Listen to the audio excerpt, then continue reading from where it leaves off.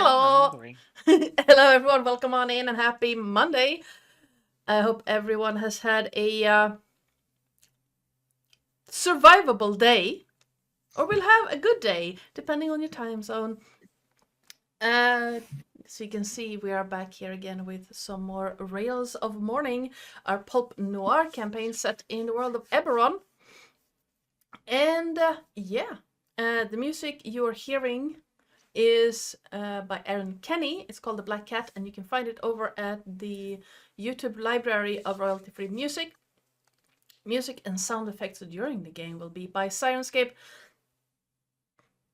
The overlay, starting soon screen, character information, and the map were made by me in Incarnate. The amazing character art you see all around was made by Nathan. Go check his stuff out. And while you're over on YouTube, you can check us out. I have a new video up today about time pressures in D&D, so go check that one out. I'm really happy with how that one turned out.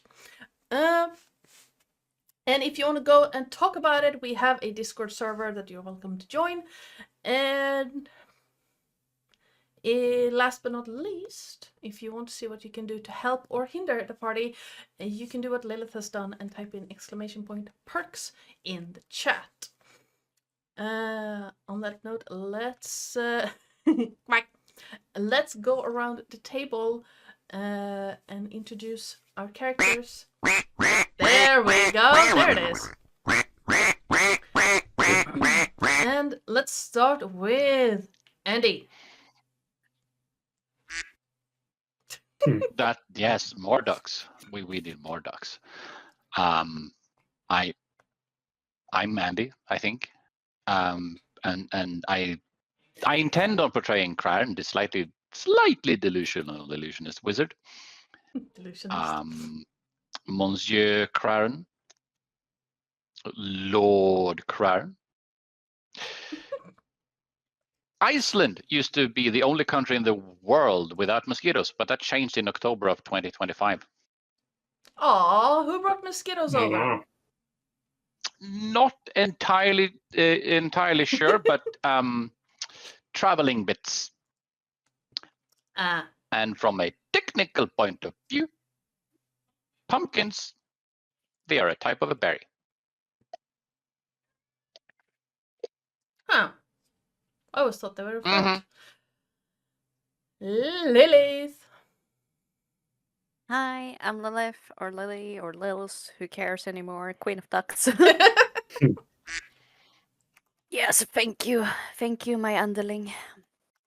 And I am playing Mal Bleakwood, or Floor Bleakwood, who has a tendency to bite. Nom nom.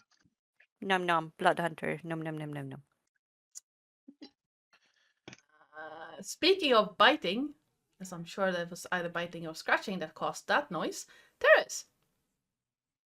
Hi, I am Terris, your friendly neighborhood ferret. Today I will be portraying Oren Weaver, the albino drow bard. And did you know that lobsters have blue blood?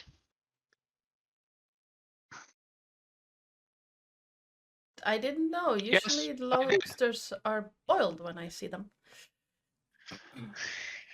I did, but I don't remember exactly why. I don't remember what's the oxygen carrying bits in that one, but yeah.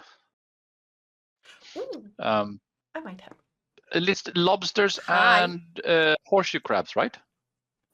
Yes, horseshoe crabs, it's because their blood is copper-based, and or have copper-based protein, and it is the same for lobsters.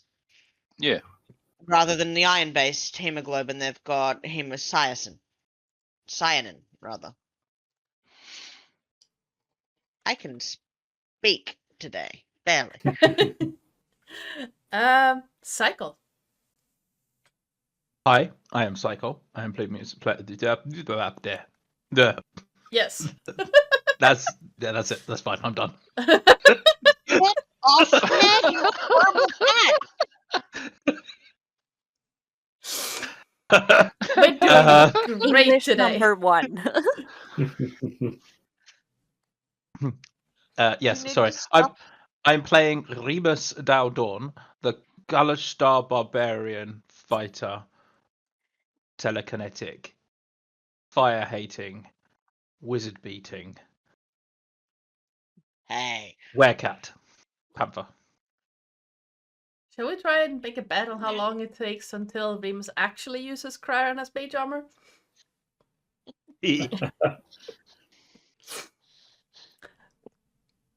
Death to all of you. Mage armor. I need mage armor for my raccoon plushie. Fuck me running. Nathan. Hello, I am Nathan. I am also known as the Art Arcana on YouTube. I play Romulus Seldorn, the Kalashtar Hexblade Blood Hunter, Warlock, Werewolf guy. And my fact today is that Play-Doh was originally designed as wallpaper cleaner. I can see that, yes. Rounded corners on electronic devices have been patented by Apple. Which is dumb. Yes. Rounded corners and the idea, the concept of a touchscreen. I did not know about the concept of the touchscreen. I think lost it's something everything you along were the lines of talking tactile interaction with a mobile device, things of the sort. But you're describing a touchscreen. That's used the word touchscreen. Yes. Yeah.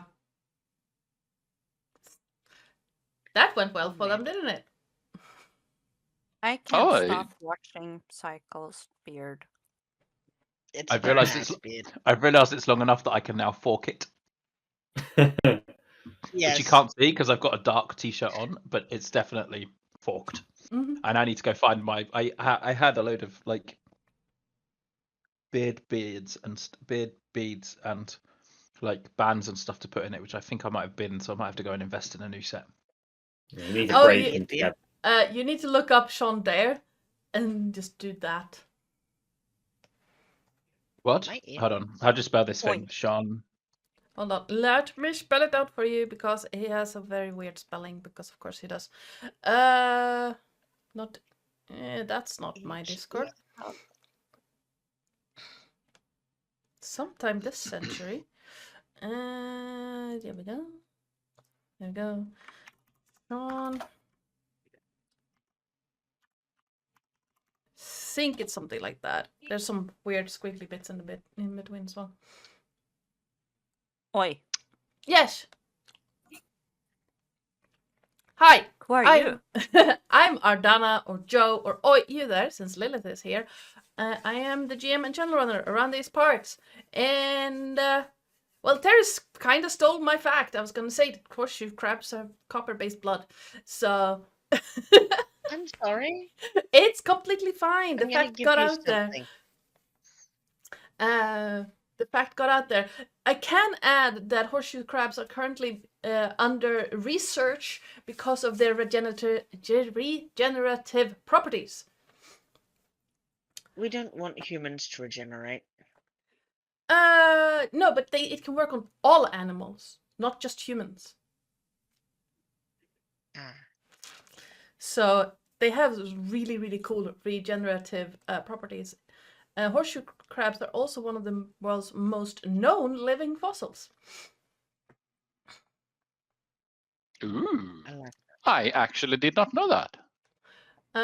Yeah. You can find like actual fossils of horseshoe crabs right next to living horseshoe crabs.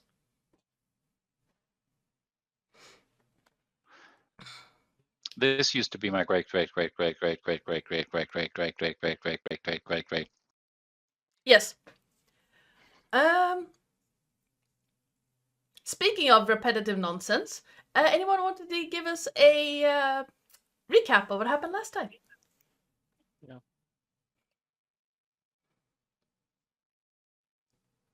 Not everyone Yes, at once. Psycole. I mean, Why me? No. You're so good at it. Listen, you're fact boy. What? You're fact boy.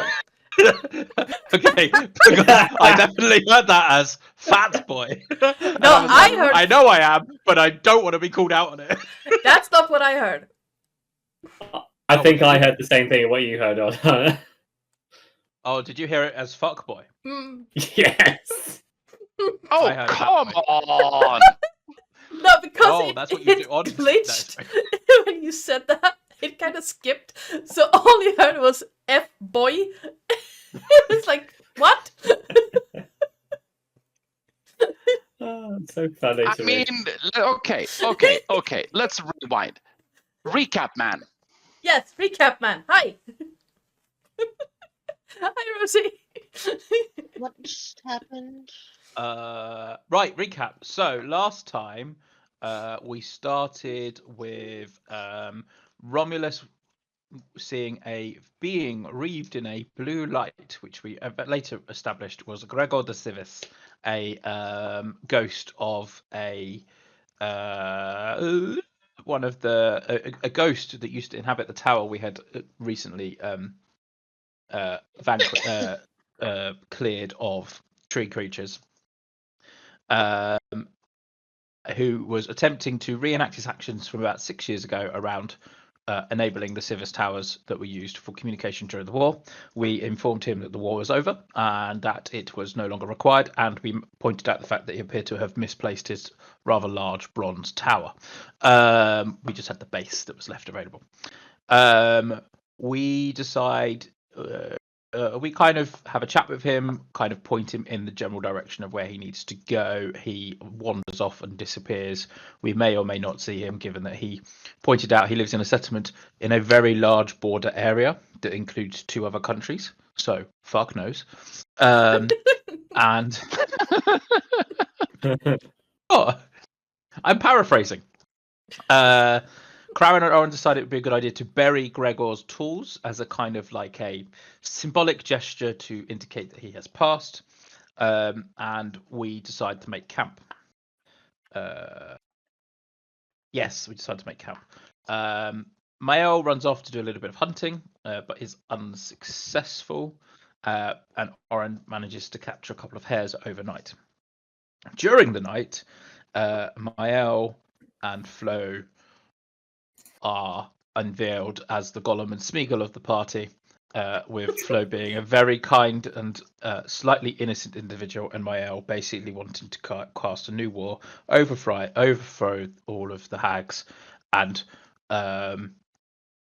is incredibly suspicious of the deals that have gone into the making of Drogham as it currently stands and where people keep disappearing off to. Crowin attempts to establish that although some of what they actually is saying may be correct, there are consequences to removing the hags from power, and has she considered it. And also reiterates that if Mael wants what's best for her people, she needs to really think about what that means. Mael conflates what's best for her people with the ability for the lycanthropes to roam free, which is probably correct, but we will see. I have to skip over the section because I forgot to go back and rewatch it, but Mael effectively reviews all of the different party members. And then we have this weird part where Mael and Flo start speaking in third persons of one another. Crowin suggests you may find it particularly useful to learn how to scry, and Mael says that might be a very good idea. Crowin says, come to me, and once you can truly read his card. So his card is magical, so presumably Mael needs to learn some magic to be able to read said card, so that she can then learn how to cast scrying of some sort. Anyway, during the night, Remus is poisoned by a fawn, so he vomits over everybody's breakfast. Oren is pissed. Right, there's this massive lore drop stuff, and then I just chuck up over people in the morning. It's fine. It's hilarious. And I scream like a girl when Flo removes the fawn from my hand. I sleep It was a in the very car. manly shriek. It was a very manly shriek. Very manly shriek indeed. I don't know what anyone was talking about. As a result, Oren effectively leads the way, And en route, we come across a young druid. There's an R in there somewhere. Who we asked to speak to the archdruid so we can finally finish this sodding quest to talk to all of the people in the fucking forest just so we can build a railway. Not the room at all. However, we are required to do another 2 hours of travel just to go to the Druid's Grove, just so that we can kind of get permission from the elderly old orc lady who says it's probably okay, but you need to go and talk to more lycanthropes. So now we have to go find more lycanthropes, and I just want fucking breakfast. Which is a Carnis not valid going thing to to anymore. desire. It is. You can have a point of inspiration for that. If you already have it, I you can bounce it because I'm good. Gimme. No, I'm giving it to Oh. Craren just because I know he doesn't use it. Oh, Aw. I mean, thanks, I guess. All right. With that, Sorry, Flo. if everyone Bye. is if everyone is as comfortable as we are going to get, Yes. including Sirenscape, who just decided to just get very quiet. Can I get the link to Sirenscape, please? Sure. Oh yeah, I updated the link. It doesn't work anymore. Because Get your claws reinstall. out of my chest, horrible gremlin. Sorry. All right, new Sirenscape link is in the notes channel. Notes Nice. channel. That is somewhere. Banana. Basically at the bottom of the Drugs. Discord I found it. Why do Did I I- have That's 600 windows? Drugs. threads. Yes. All right. Murder. Abby, are you okay? Do you need a hug? Oh, I'm fine. Oh, there is music coming from Sirenscape. I was very much like, what the hell? There we go. Yeah, it just decided to get very, very low. I don't really understand it. But hey! So, if we are all as comfortable as we are going to get, let's get started. The shadows are long in the small glade between the giant trees. The fire crackle in the room carved from one of the ancient trunks. From time to time, a small gust sneaks in from the door to dance around your feet, Craren, but it is quickly taken by the warmth created by the cooking fire. All around you, statues look down from crudely hewn walls. There is power here, and knowledge deeper and older than the ground beneath your feet. It thrums in the wood under your chair, through the table, and in the air itself. The shadows are just a little deeper where the light can't reach. The scent of fresh wood a little clearer. The sound of snow dripping from branches just a little louder. In front of you sits a bowl of steaming broth, golden brown dumplings bobbing happily in it, spreading beautiful scents of rosemary in the air around you. What would you like to do?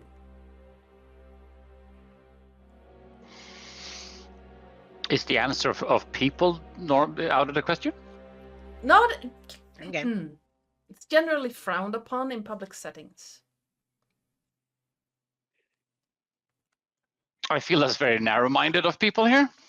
There are think- teenagers in this room. True as that may be.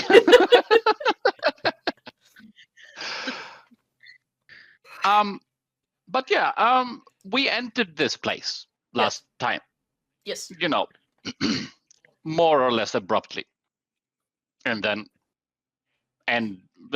roll credits and we ended session type deal, more or less. I'm grossly oversimplifying things.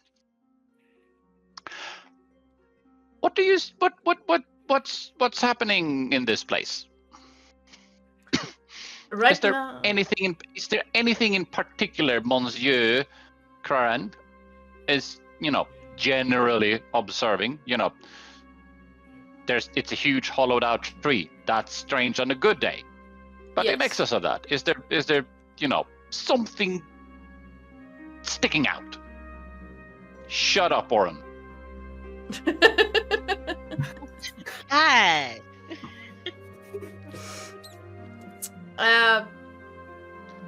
This room seems to be set up for like a common room almost.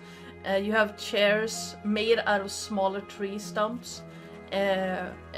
Tables made out of tree stumps and chairs that seem to be homemade primarily. And there are a lot more seating places that there are people here right now. Along the walls, you see the statues seem to depict various animals, and you do recognize a few of them as sort of religious, sort of not. It's from what you know of the druids of the Elden Reaches, they tend to be more interested in like nature magic, things like that, than any god worship. I mean, I have no idea what that is, but this is a snake, bro. Yes. Let's see if I move this one a little bit. You have a snake, you have I think that's supposed to be a bat. And This looks like vaguely a bat, but what the fudge nuggets is that?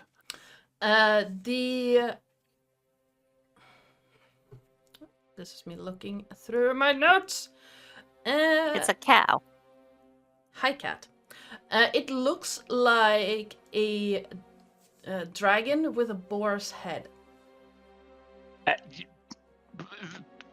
Naturally.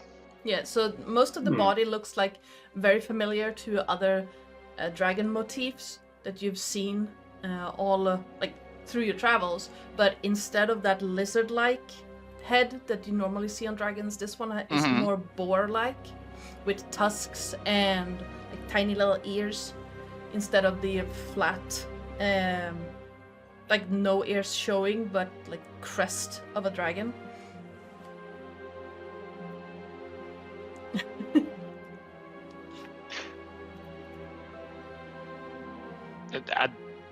Yeah, you got there before me. That's definitely a Borgon.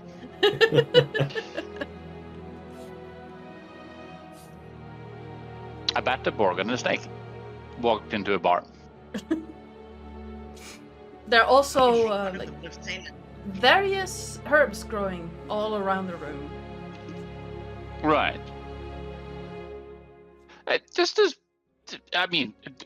Okay. Now I'm sort of stuck on this topic. These things, because stumps, food, breakfast. That, don't get me wrong, that's cute. Does Monsieur Snake and Porky and Batmobile have any known significance to Crown?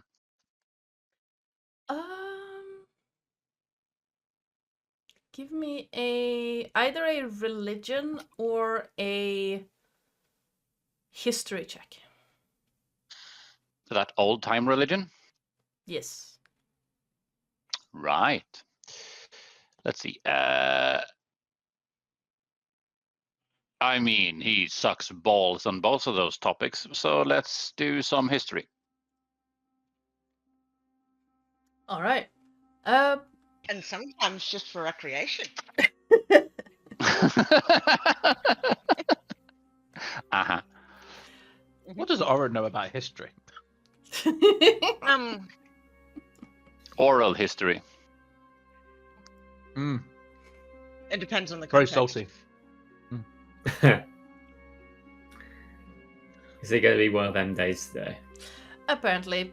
Okay, so I'm going to assume he knows something. Yes. Maybe not. Yes. You know, I'm maybe just- not a grade A student, but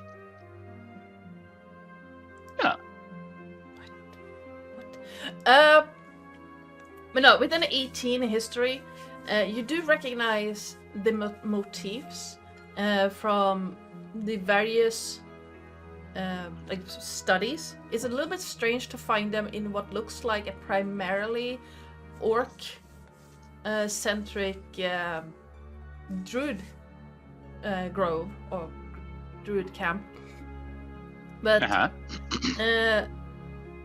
particularly the boar dragon. Looking closer, it draws to mind what you know about wereboars, lycanthropes. And you know that there are rumors that lycanthropy first came to Eberron from this region. right.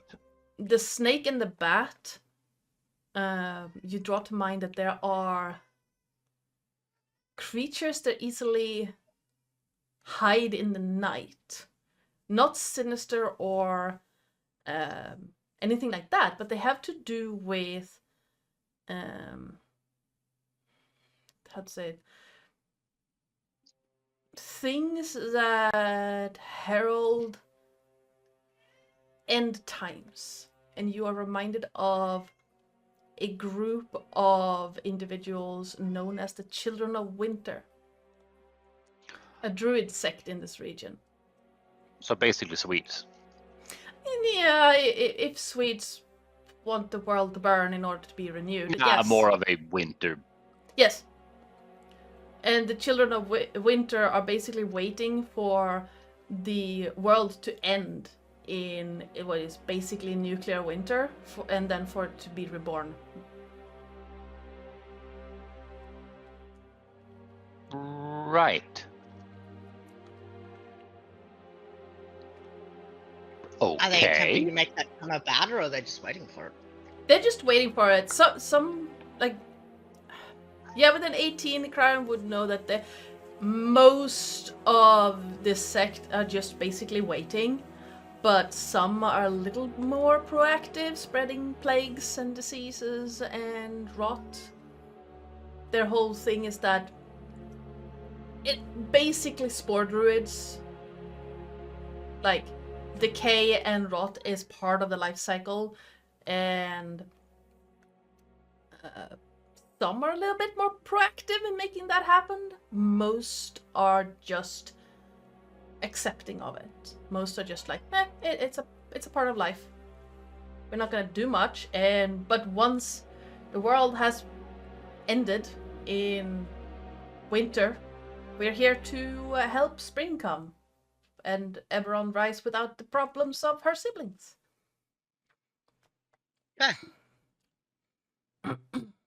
What's a little plague you between people, right? Right?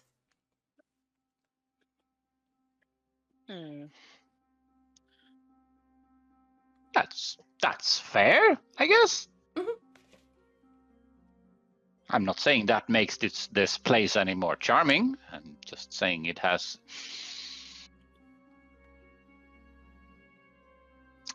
interior design challenges. Yes.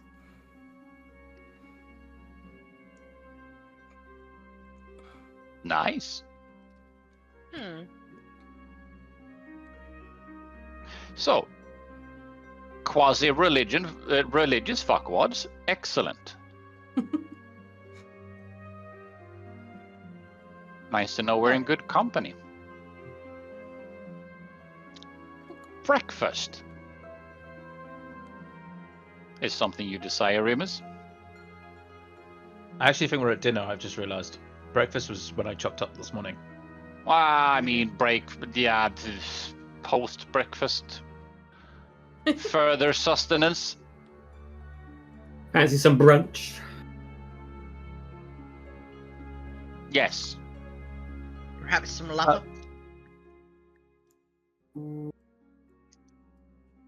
Perhaps some what? Lapa. The meal between fuck lunch is- and supper. Oh no! I mean, to be fair, he is like, if we've been given food already, he is like face down in the bowl, munching away.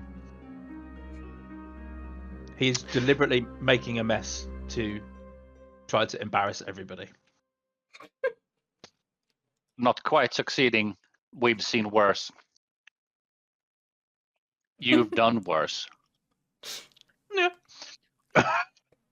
Oren would be eating very daintily. I will be moving as close to Oren as possible to make as much mess on Oren as possible. If that is the case, Oren will pull out one of his knitting needles and poke you with it. Not hard enough to draw blood, but hard enough to hurt. No, I'm not gonna make comment. Terrible idea. Uh-huh. You would probably see this as a rather stern warning. Hi. Because the next time it will be poisoned. I sidle closer, mostly because if it's poisoned, I'm throwing up on you. Adana, Yes. can I paralyze him with a paralytic, please? That is up to Psycole. If he allows it, yes. Can I paralyze you? If you must. He is going to lightly jab you with a dagger, poisoned with a paralytic agent. Well, a knitting needle. Nice. How long am I paralyzed for? Hi. Up to Adana. Normally it lasts for about a minute, I'd say. Long enough for him to move further away. I basically just stop still and slam my face down into the table, and then. And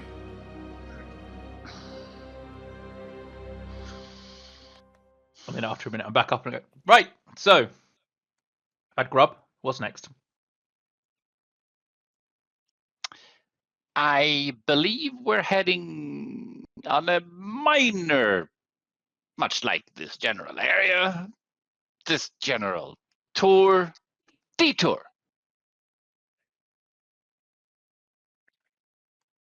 I think Romulus will quickly send a message on the sending stone just updating on the location and where we're heading.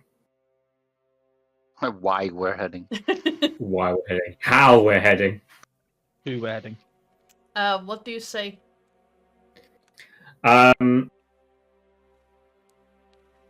Traversing forests, negotiating with druids. Next stop, insert name of location that we're going to be going to next. The next biggest city, well, the next big settlement is Sandrar, and you're about 2 weeks out? I mean, we're going in a general that way direction, I guess. I'll try and fit that in. Okay. Basically. 2 weeks out from. What's the sending stone equivalent of stenography? Sorry, I just inhaled drink. I don't think you're supposed to do that. Hi, can I help you? I think we do need to deal with Bennett and his pack. I mean, if we don't, it might have consequences, so we might as well bite the bullet. Or the lycanthrope. Yeah, Yeah. I hear you.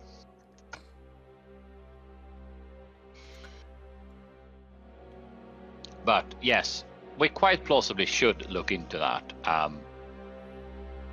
Because much like anything else we've been running into, I have the sneaking suspicion that if we don't do this, while it's a smooth ride coming here, it might get chompulated if we don't. So, and I don't fancy things getting chompulated. In that case, then, shall we discuss have negotiations with these druid folk. Question to wife unit. Yes. Have we gotten? Do we know any whereabouts? Do we know where we're even heading? We know we're talking to people, but do we know where we're talking to people? No. One of you did notice that as soon as the name Bennett was said, the Fuck's sake.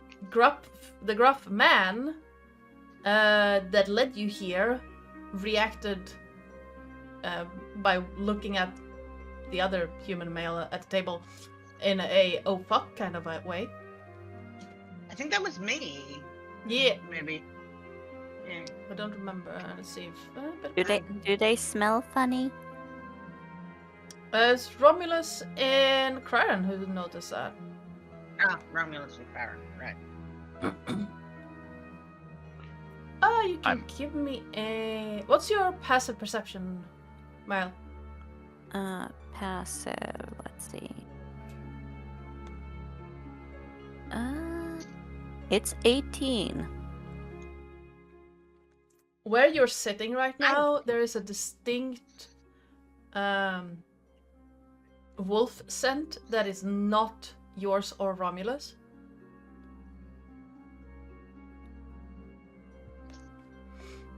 She will just sniff it out. Give me a perception check. Now you're trying to locate it, so you're actively trying to pinpoint where it's coming from. Is it an advantage since it's scent based? Yes, it is.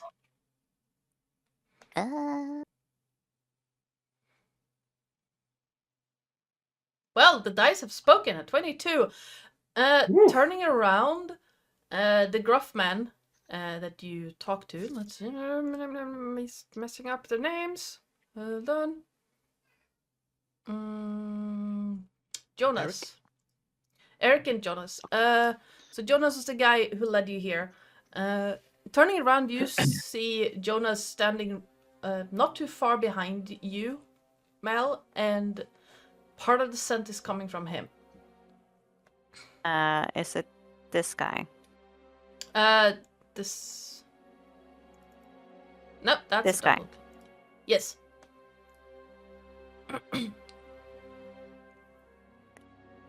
And as she sniffs him out, you can see her sniffing, basically, and she just stops right in front of him. Can I help you?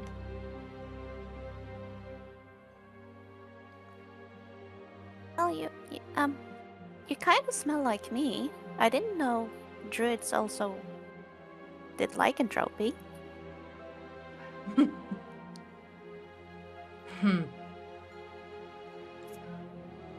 Huh? If you're a lycanthrope, that explains things. What do you mean? Well, normal people can't sense it at all. Oh. Oh yeah, I was born with it, so I kind of forget. It's Lucky, not I guess. Maybelline.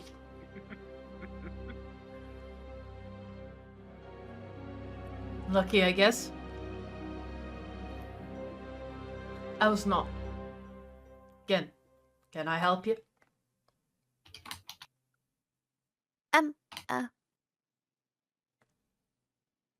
Do you maybe know where we find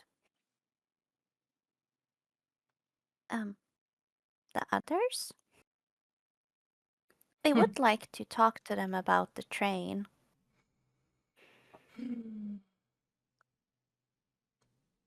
Maybe.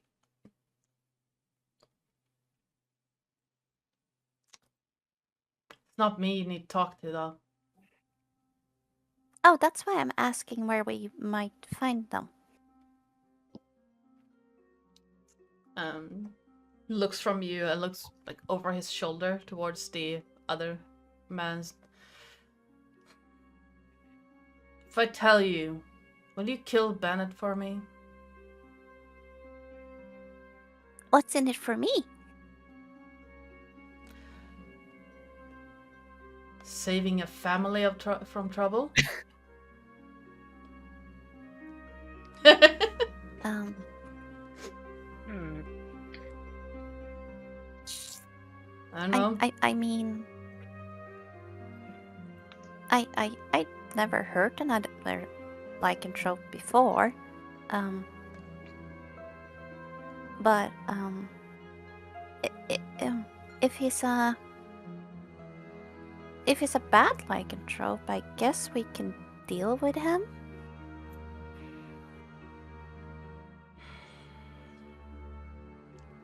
If you deal...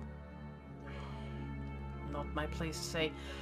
He turns over. Eric, I think someone needs to talk to you. And the man stands up slowly and walks over to stand next to Jonas. It's just... Probably shouldn't talk about this here. Okay. Well, you're welcome to our home. It's already been decided. So let's talk there. Okay. And she will look at the rest of the group very like, I've never been asked to murder another lycanthrope before. Look, being like shocked and being like, help me. Is this something that Oren has overheard? Oh, they're not quiet about it. So I think Oren would just wander over to Flo, put a hand on her shoulder, and go, "Don't worry, I've got this. I've done a bit of wet work in my time." Yeah, but I never heard another lycanthrope before. I mean, we trained, yeah, but she won't say this out loud, but she would be like, I never actually killed another lycanthrope before because in Droam it's more forbidden to hurt anyone. Well, then point me at him, and I'll stick a silver dagger through his throat, and we'll be done.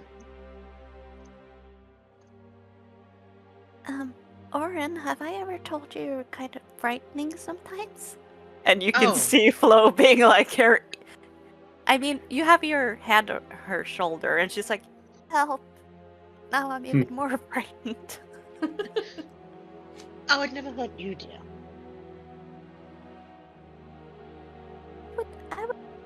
I would really hope so. Oren, I see you as a very good friend. Yes. I am here to help you, Flo. Male, rather. Oh. And you can just see her tail wagging, but she still looks at like Remus and Romulus being like, Help. he talked about silver and stabbing through the throat, look, being like, help me. Romulus will head over and be like, well, shall we try and change the conversation a bit just so that gets you out of the scared zone. Shall we do something? Sounds like fun to me. Yeah. Oh. I'm getting fidgety. Well, if you follow me, and talk about the house, and you see Eric look over to the girl sitting by the table, completely oblivious. They're playing some form of dice game with the young man. And he's gives a nod to Jonas, and the two of them walk over to the house where you left the horses. Well, Jonas left the horses. Hussy. Hussies. Yes. Remus stands up, dusts himself off slightly, and makes sure his axe is sharp, and then walks out the door. Nice.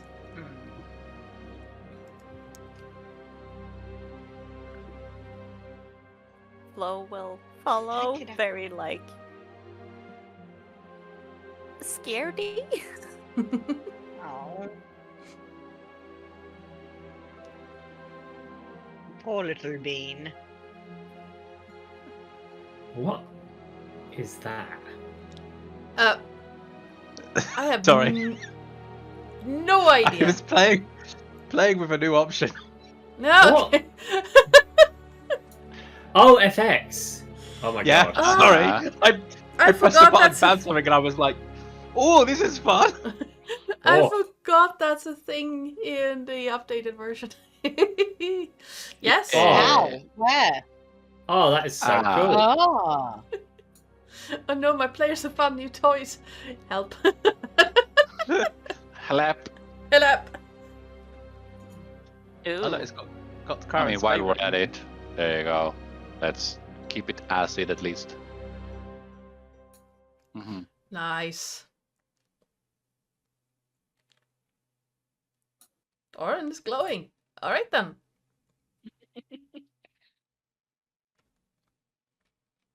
Okay, can we not turn this into a 70s Anyway, disco? sorry. Nah. I was more of a. I'm just curious. What does breath mean? But that was a. Okay. Now I understand what it is. But aha, it's like they meant like that. But that kind of makes sense, and I appreciate that. I This do means like that the Oren can finally effects. put Oren can put dancing lights on the map now. And make entire chat go.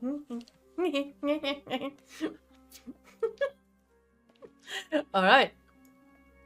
I mean, at least you will keep the ADHD kids here entertained, being like jingle, jingle, jingle.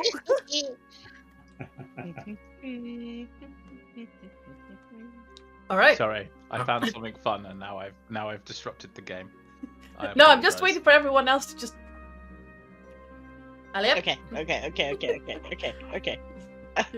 you know, If do something. I mean,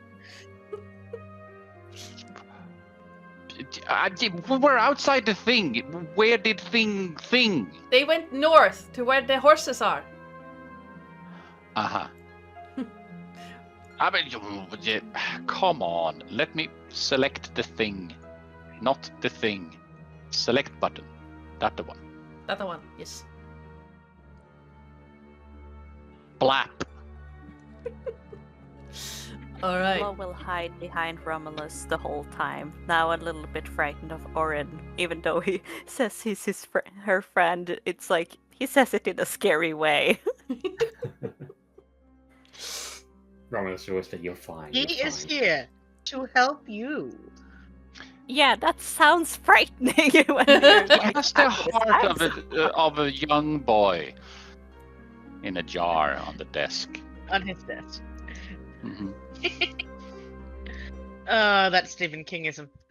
Is it? It is. It is. Yes. All right. As you walk up to the house, you see Eric holding the door to the house open for you, and as you step inside, the interior of this rather long house is warmly lit, and there's a crunching of straw and pine branches under your feet, as if shielding the floor, like the people walking on the floor, from the cold. With each step, you get that scent of pine needles coming through. And you see Jonas already by the hearth, stoking it to make the embers flare.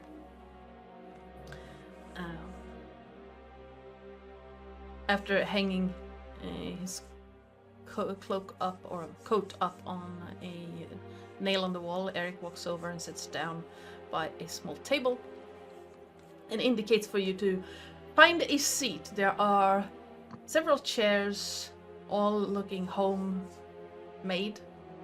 There's a couch, and there is a bed in a far corner that you can sit on as well. Excellent.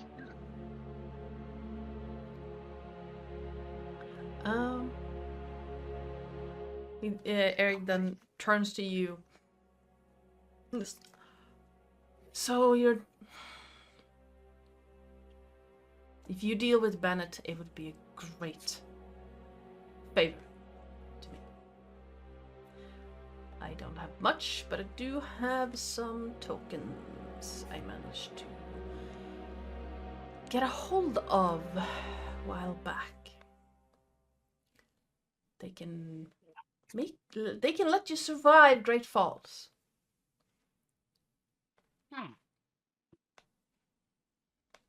They're yours if you bring some proof that Bennett is dead. We're actually quite good at that.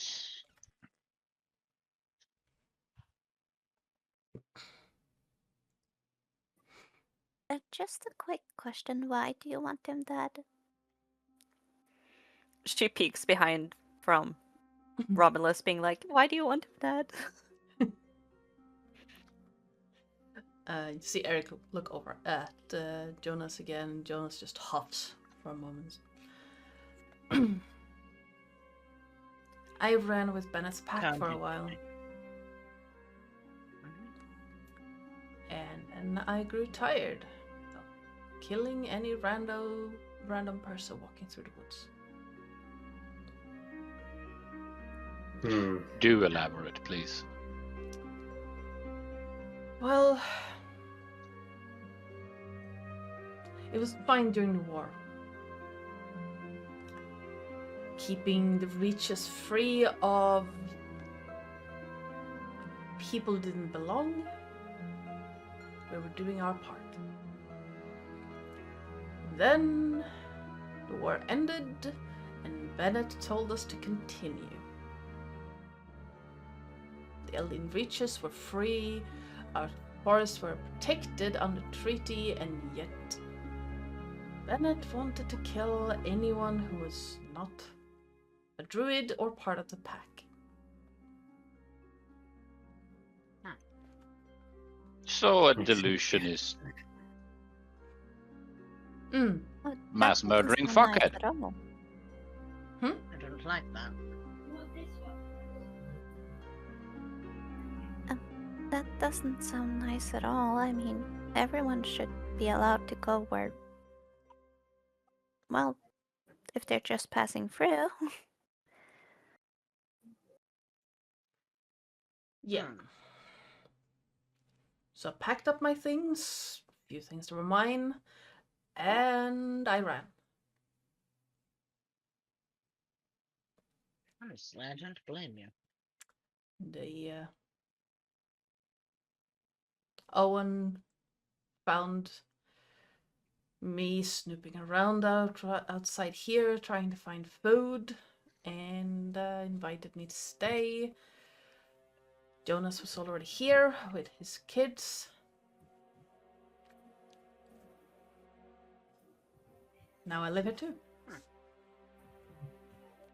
How many people have been killed since the war?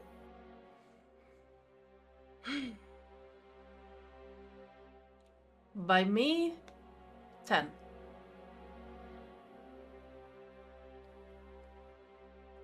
By Bennett. By what's his face? By Bennett, I don't know.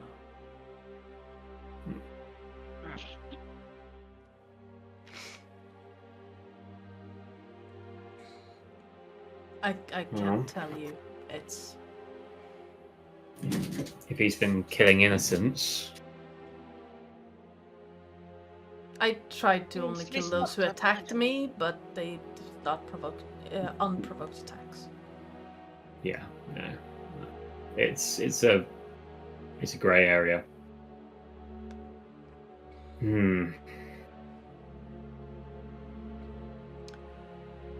I heard you wanted to make the well, you want to build a railroad through here or down somewhere. He may prove to be Yes, Bennett will be a problem. Yes, it sounds like Bennett's continued survival is detrimental to the railroad, so he'll have to be dealt with.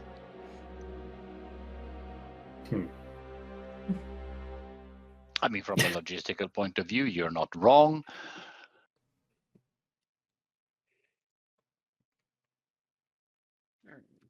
I don't want people to kill on my behalf unless it's necessary. I'm not gonna lie, it would help me and the people I stay with a great deal.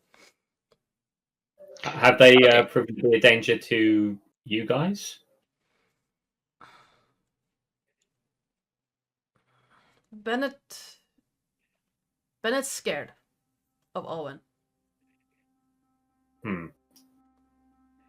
Why? She's an archdruid. Anyone with half a mind is scared of her.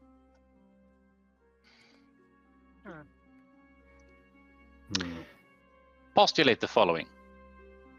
Critter is dead. Then what? What's the consequence? What happens next?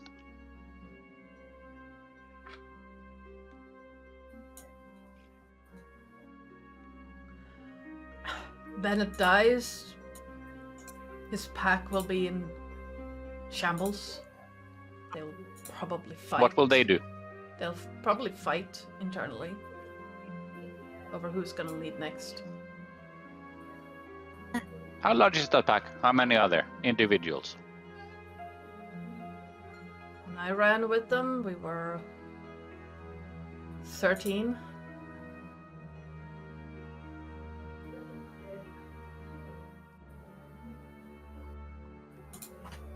And that power vacuum. There are other packs in the woods. Okay. There are... I don't know anyone else, really. But there are packs further north. There is far north. You have the ones hired by the base buyer to keep them safe. Do you have Drum to the west? Question. Little question. Killing Bennett. They'll be infighting. Another leader will take his place. How do we know that leader won't be just as bad? I don't. To promise that, you would have to kill at least Bennett and 4 others. Not necessarily. You seem like a reasonable fella. I'm not a leader. No.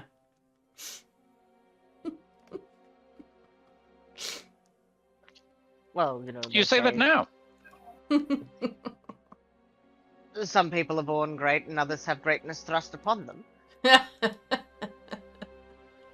Understand that. Some people have greatness thrust in them. Oh You know a God. lot about that, Craren.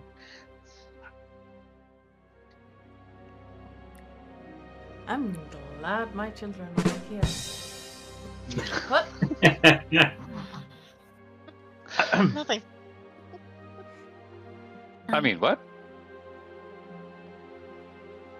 We're just joking. But, no, I think the best way to ensure that, the right leader leads that pack is to, land the right leader in the pack. That's what I'd do anyway. Oren, Yeah? usually when there's a fight among werewolves, it's the person that wins over the So-called alpha, and she does the air quotes, Mm-hmm. that takes their place, usually. Mm-hmm. So say that, and she points at Remus because he looks more scary and very hype on killing things at the moment. If example that Remus kills him, he's technically, and she does the air quote again, alpha. He has big alpha energy. Looks at that. He looks at Remus, looks him up and down, raises an eyebrow, and then doubles over, holding his nose, just laughing so hard.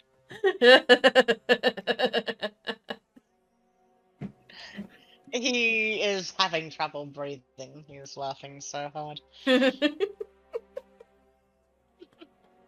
I'm just saying that that's kind of normally the thing. Remus. Okay. I'm just saying, like, if Remus or even if Craren kills him, they're not gonna look at him like an alpha because he's not lycanthrope. Yes, he killed them, but they would just fight against themselves until they find out who's strongest. I mean, even Romulus can become the alpha. We vaguely poison him and then set the fellow here to defeat him. What's a vague poisoning between friends? It's in the same category as the regular Mourning stabulations, Oren. I like the regular Mourning stabulations. What? Oh, they are the best. Yeah. Another question as well, where would we find them? Well. Oh, I have an idea. Get off. Ron? I mean, if one of us could, like, either howl or, and she looks at Remus, or meow really loud. Meow. They could see it as a challenge. We can take them on different grounds. I'm sure panthers can roar. Or whatever he is. Big cats can roar. And Orin can even set traps if he wants to.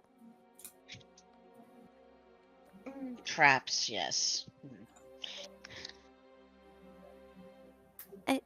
Or we can just go to their home turf and she starts, like, pointing, like, just her ears going down, tail between her legs, and she starts, like, poking her fingers together, being like, "Oh, okay, I'm just gonna hide." These are good ideas.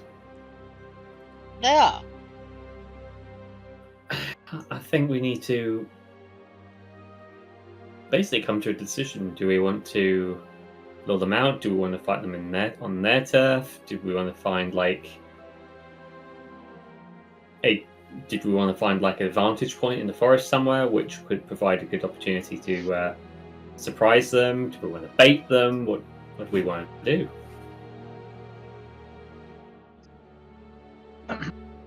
I'm Eric. A handful of follow-up questions, if you will.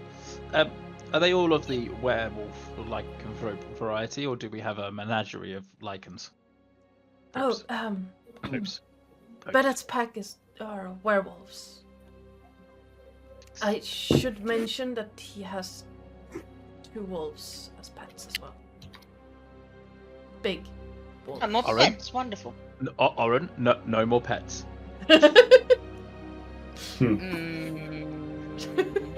Try and stop me, bitch.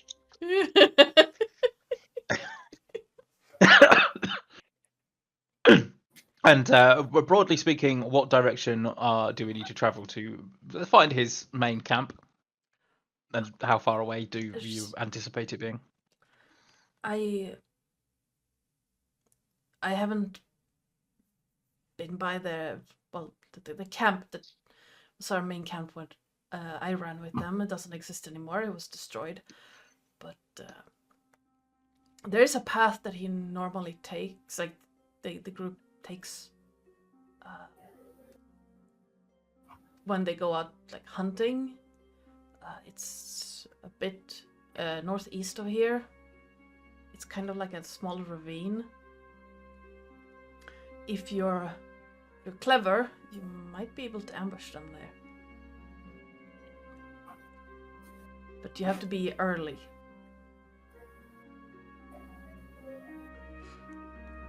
Oh, he prefers to hunt in the morning. Yes. Well, don't everyone?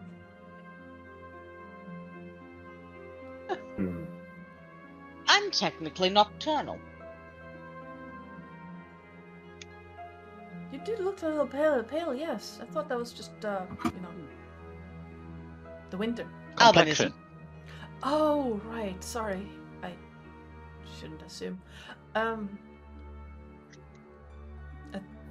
thought we were just pale. I mean, I am. Which also is true.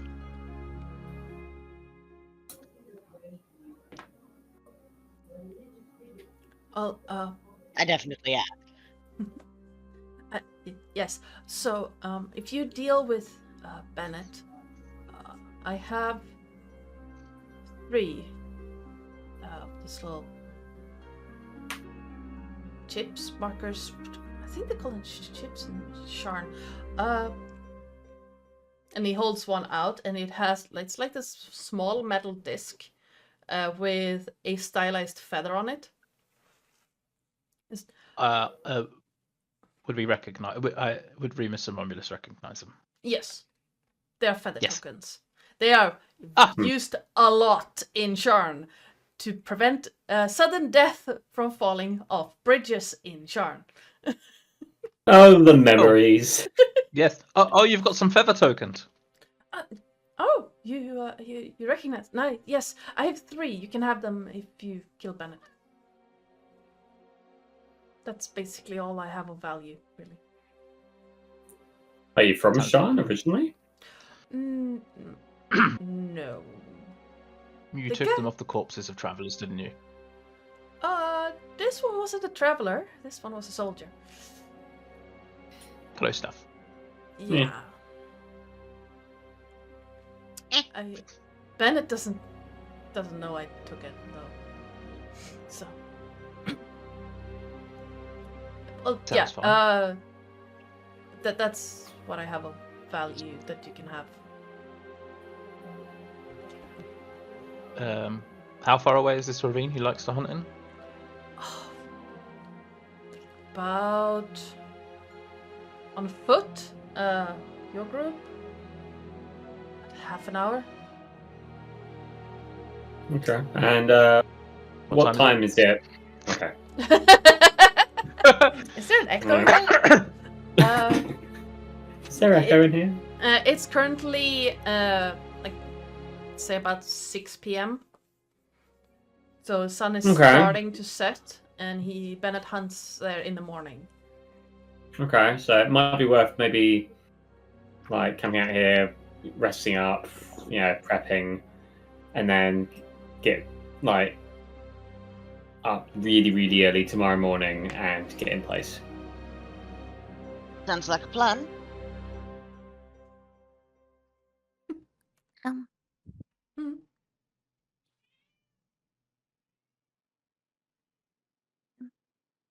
I'm very sorry if you got bitten and didn't want to be a lycanthrope. Oh,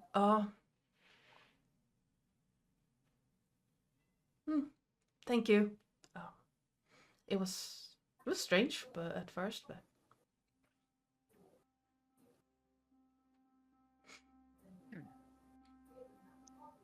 And she will walk over to him and pat him on the head, like okay. if they're there. Right.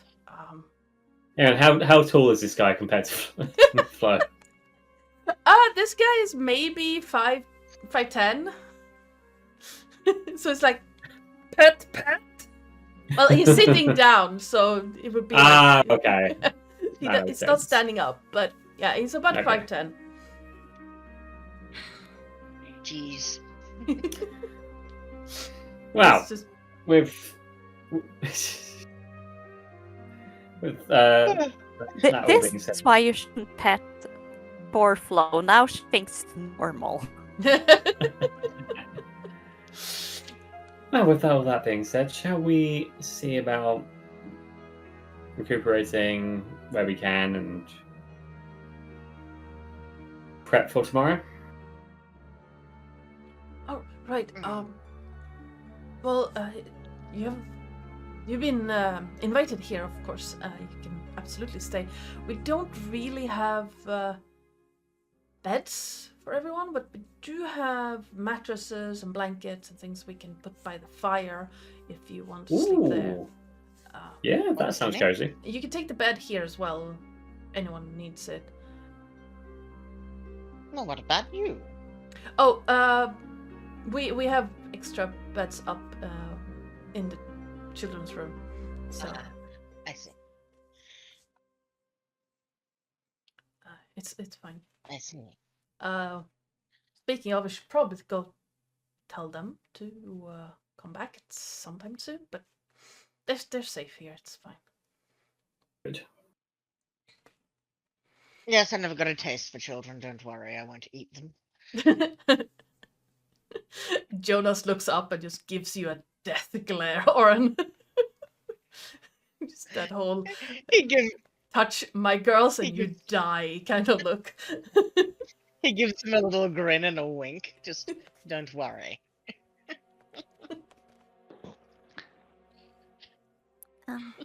You have to boil them for too long. That's why. And they're always sticky. Oren, could I ask you a favor? Mm-hmm. I know we're going to the big city soon, Yes. and I'm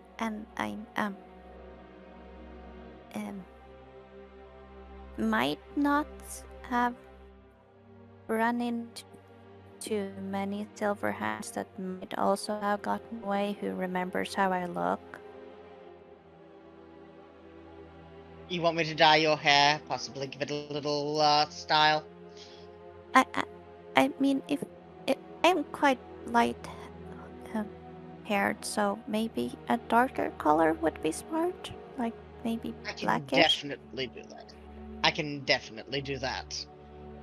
And if it smells as bad as it did on Romulus and Remus, it will be harder to tell I'm a werewolf too. It probably won't smell quite that badly since we're not bleaching you.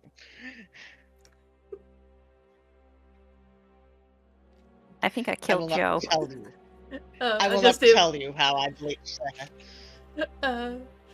Just had this image of these two guys just standing there, just listening to this conversation.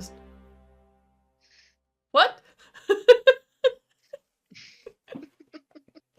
Oh, I'm from Drom, and you know, silver hands aren't actually that welcome. Yeah, Jonas scoffs for a moment. Just yeah, I know them. Yeah, I might have made some of them a little bit angry. Good job. Cat just But pushed yes, his head in between the door and the door frame. I don't know why. He just got num-nums. He loves you. Like I I fed you, beast. Oh, More He food, loves you. father. I need violence. Feed me. You gave me food, but you did not in fact pour cream into my dish afterward. How dare you? Yes. So now I've closed my door, and now the beast is entirely mewling in your face. So good luck. Yep. Lisa. Hey, hold up. But Yes, Mayal, I can definitely help change your appearance. I have been working on something for you, by the way.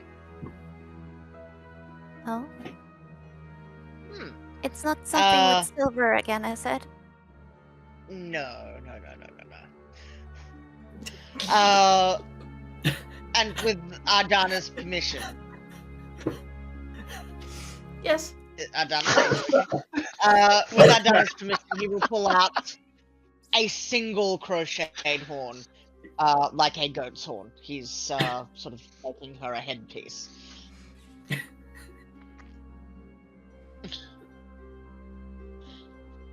Oh.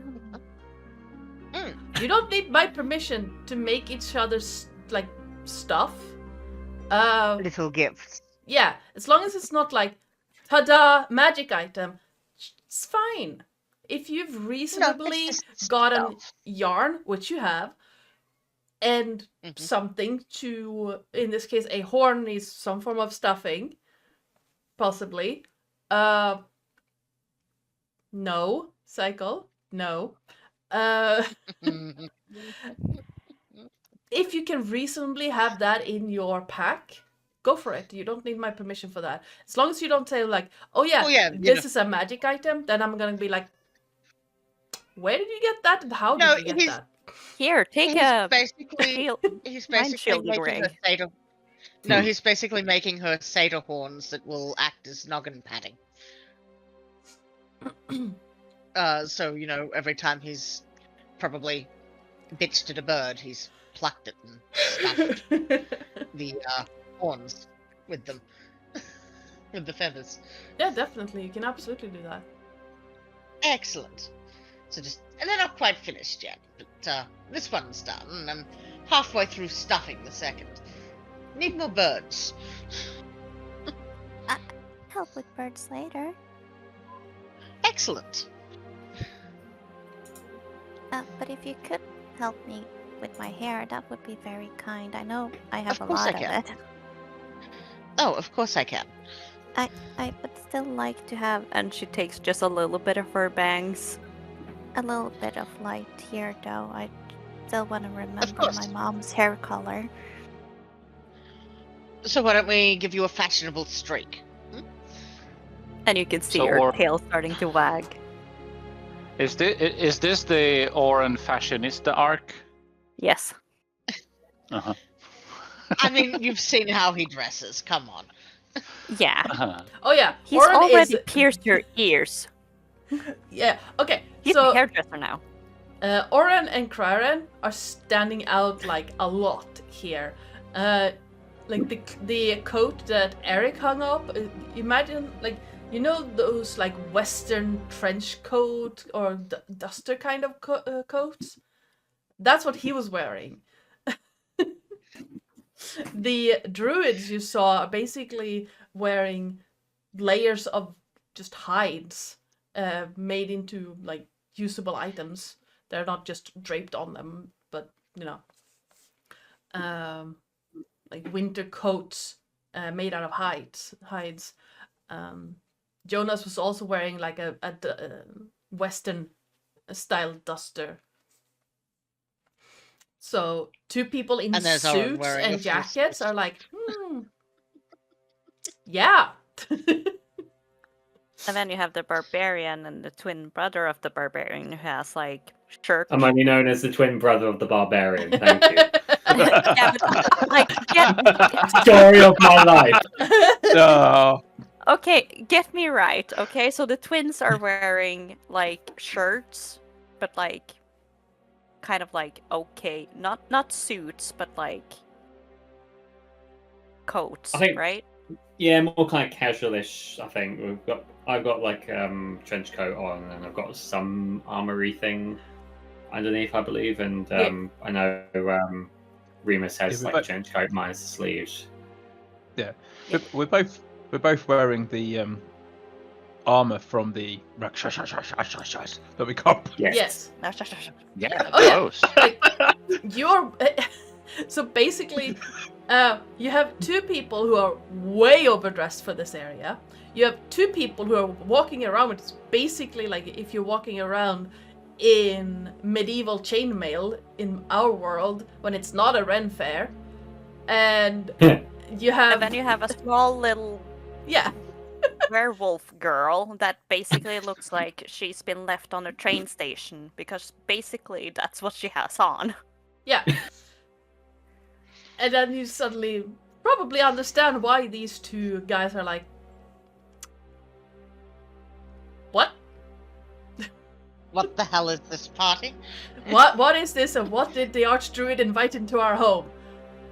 What? I think we. I think Oh we god, blend did in you guys perfectly. just hear that meow? We No. didn't. My cat just jumped on me and screamed in my face. Oh. Aw. Yeah, mine is screaming from the floor, so you know. Yeah, and I have no idea why. Mine's come for cuddles. Aw, hi there. Aw. But yeah, if the guys go to fetch their kids at some point, Yeah. and most likely Oren coloring Flo's hair, can Flo ask the party a question as they're all there? Yeah. Yeah, I mean, by all, that's up to you if you how and what you Yeah, but want like to if ask. anyone leaving or something like that. I mean, No. we're Well, orange here not. still talking. Okay, say the guys are leaving, and Mhm. basically Flo will ask like, Question, do we actually get, like, paid for getting the railroad up? I think so. How do you mean? I'm just asking. I'm kind of tagging along with you guys. I don't know if you guys get paid. Should I get paid? Or am I just tagging along? I kind of I- don't have an income at the moment. Well, I will 100% admit I cannot remember. I mean, Oh. not okay. As in more of a player quip, not salaried per se, but we get expenses What paid what in kind that of sense. So expenses? that's more of a player observation. But I don't know. Yes. I've just shot all the Yeah, way back to sh- session 1. Yes. We get paid for our food and board in town and villages along the way, and then we will normally get supplies, etc., at various different points that we can use. We can request additional supplies if we want, but yeah, generally speaking, we're left to our own devices, and there is no pay. Hence why What's we've the probably earned nicest? some money doing jobs along the route. So, like, I know why I'm doing this. Because I was told to by a goddess. Why are you all doing this if you're not being paid? Well, I'm here because of him, and I point at Romulus. I'm doing this because I'm on parole. I need to do this if I want to clean my act up. To not remain locked up is this code word here. Yes.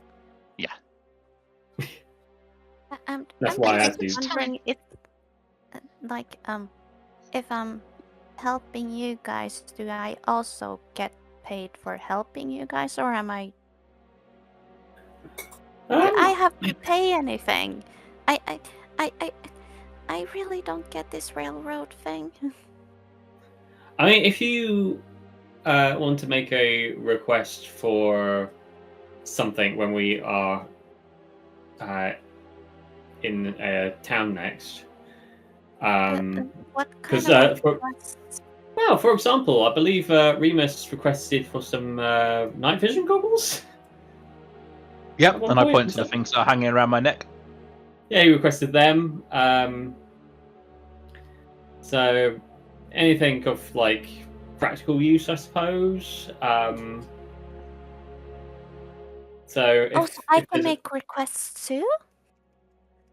yeah, I mean, I can let me know. I can send it via the sending stone. Obviously, because I've already used it today, I'll have to wait until tomorrow. But I can make a request, and then when we're in the next settlement, we should be able to get a drop off of supplies. I never heard of requests before. I mean, I heard of requests of getting someone killed, but like to get something. Yeah. Yes. And you can ask for anything? There might be limitations. We really know yet. Oh. We haven't tested those limitations, Flo. We've generally asked for stuff that was practical and required really to do what we were trying to do. And then Bastion, who was with us way back at the beginning, requested a tankard of endless coffee to go with the tankard of endless water that we still carry with us. You have endless water? Yes, which makes me think why we allowed Oren to boil snow yesterday. Because Really? I mean, you just remember this, I'm going to assume, Simon. Yeah. I mean, you have gotten this before Flo, so she doesn't even know the shit, so she's like, why the fuck did he boil snow? I don't think Oren knew this either. Nope. He is quietly seething. I take it out. I take it out of my pack and give it to Oren because I'm like, you do most of the cooking, right? So I'm just imagining Oren, like, coloring Flo's hair, and they're both just standing there looking at the barbarian, being like, really? This is sort of the point where Carnis rubbing his temples and about, is there anything else that you may happen to have had in your backpack all along that could have helped us through hardships that you conveniently forgot about? I have a rifle in my bag. You have a rifle in your bag. Of course you do, naturally. Okay. You Is have there a anything? rifle? I start emptying my bag. I pull out 4-foot-long dragon's teeth. Some Periton antlers, some Periton talons. A winter cloak, which for some reason I'm not wearing. I pull out a dark shard amulet. A playing card kit, some climbing gear. A statuette for some reason. I got rifle and 6 bullets, silver bracelet, golden necklace, the Warforged core. Naturally, the silver bracelet will do you very good right now. Oh yeah, Rod of the Pact Keeper, which I've never used. Admittedly. You've never used it. Have you? I know. Gives you +1 to all your spell attacks. It's a +2. It's a +2 as well. +2 to all your spell attacks. Fucking hell. I think I'm.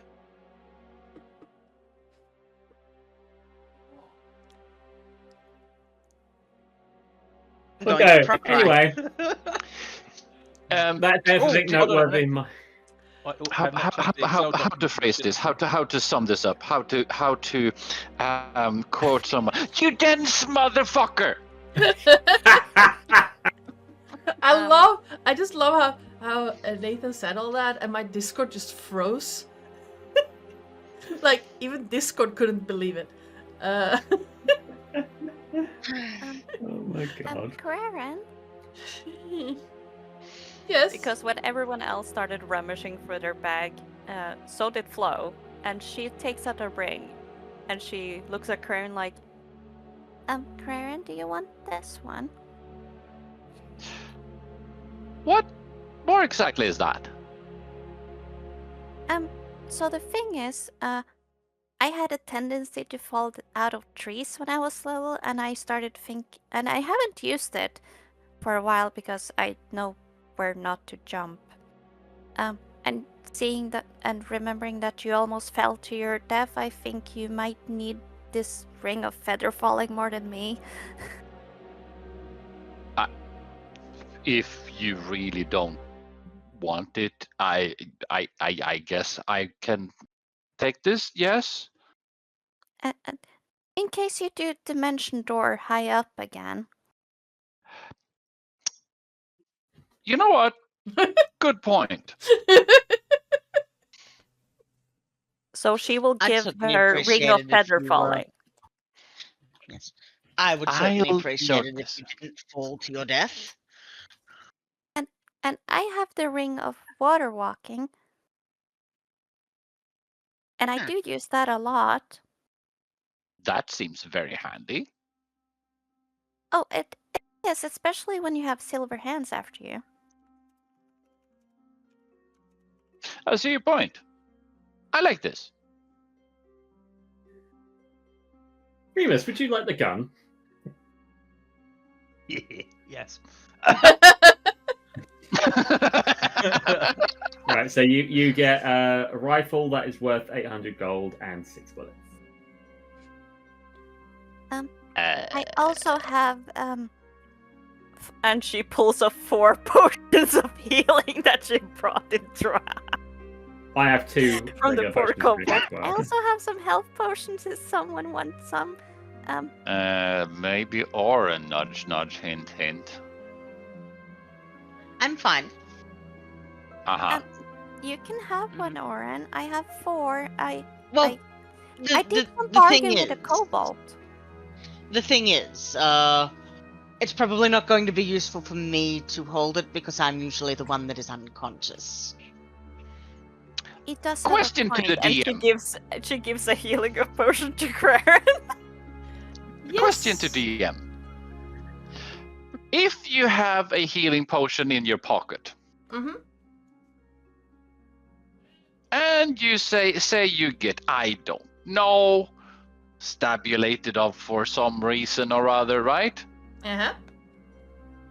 And you then fall on the said potion. Is it a contact or do you need to ingest it? Well, considering that I allow you to use an action to throw a healing potion at someone's head, if you wish, Yes. it has to stab you. So if you just fall on it, one, you're gonna have to fall from a great height because they're kind of sturdy.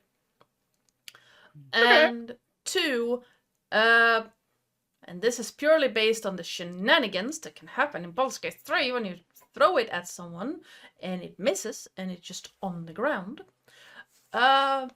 It has, like, the glass has to pierce the skin. Now, moreover, if you get stabulated, you're bleeding. Yeah. So if you get if you get stabbed and you're bleeding like through your armor, and someone pours the health potion over you, you still have to roll for the healing effect. Instead of like if you drink it, you take the maximum. If you use an action to drink the potion, you take the maximum healing. If you use a bonus action, my homebrew rules, by the way, if you use a bonus action to drink the healing potion, you have to roll for it. And if someone throws it at you, you still have to roll for it. Yeah, I was mostly jesting in a, if this gets smashed and you're in battle, it's like, I don't know. You're pouring healing into an open wound. It's sort of what I'm getting at. That's just something that came to me right now. It makes no sense, but it just crossed my mind, so I had to ask. It has to be intentional breaking of it. I'm not gonna go like, oh no, you got stabbed and oh, you fall over and accidentally land on your health potion. No. Yeah, more of a, if you take 19 points of piercing damage and you fall over on your health potion, you can recover 1. Is what sort of what I'm saying. Not it's not any significant numbers. That's not what I'm saying. It's more of a, you're just trying to working things as mechanically. Yeah, no. Just falling over is not gonna cause one of them to break. You have to use some force when you throw. Okay. If you throw it at someone in order for the push to break, you have to use some force to do it. I'll write down 1 health potion, standard health potion. Yeah. Okay. Yeah. Excellent.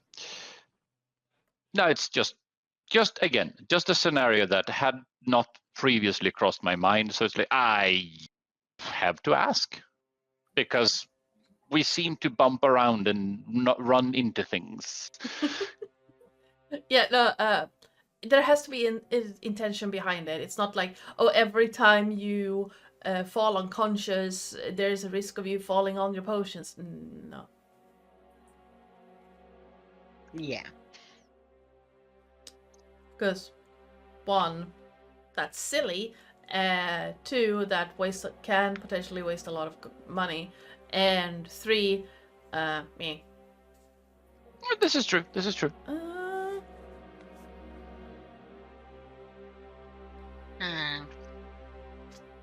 On the question, would Remus have used firearms while in the blade marks? I don't know. It all depends on whether or not they get you to train with multiple weapons. His favoured weapon has always been the axe, so. Crown is going to make his shift weave change his coat appearance to vaguely blend in more while we're standing here and everyone is watching. Alright, I'd say that Remus can use it, but since it's not a favored thing, he would be a little rusty. Because I think the blade marks are trained in using firearms, but firearms are very expensive. So far from everyone in the blade marks would have used a firearm. And just for mechanics, is it a musket or is it a hunting rifle? It's a hunting rifle. Bolt action. 2d10 with 5 shots. Yeah. You have 6 shots total. Yeah. Oh. All right. All right.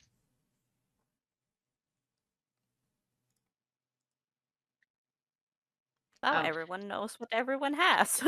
Mael, I feel like we need to do this more what often. would actually be? It would be black. Excellent. With a little blonde streak in the front. Yes. Cute. I think you were saying earlier that Elam tends to chew your hair. I think he's also tidied it up a bit. Aww. No, given you a little trim. A little trim. I'm just Yes. imagining this like very ruffian girl looking girl for once in her hair. Yes. All right. Well, during the hair dyeing process, Eric and Jonas comes back with the 2 teenage girls in tow. They seem a little bit like unhappy about being pulled away from whatever they were doing in the common area. They were playing with dice when you left, so possibly that. Oh, no. No need to be upset. When I'm done with Mael here, I'll give you each a nice bright streak in your hair. Maybe pink or blue? You see the girls look at each other, look at the 2 men, and then look at you and just, yes! Excellent. Jonas pinches the bridge of his nose and just, right. He'll wander over to him and just whisper, "It'll wash out in a week." You. Eric is highly amused. A couple. I'm sorry, I didn't catch the first part of that sentence. Are they a couple? Give me an insight check. He's feeling couple vibes. Insight?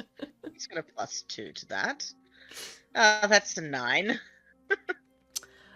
You get the feeling that probably, but it's you haven't seen any outward public displays of affection, but they're standing a little too close for just being friends. And you did catch at one point Eric calling Jonas's children his girls. Yes, so they're definitely a couple.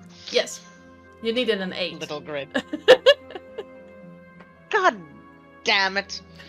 So you're pretty sure, but you can't be sure. No, that's just me all the time. Oh no. No. Probably not.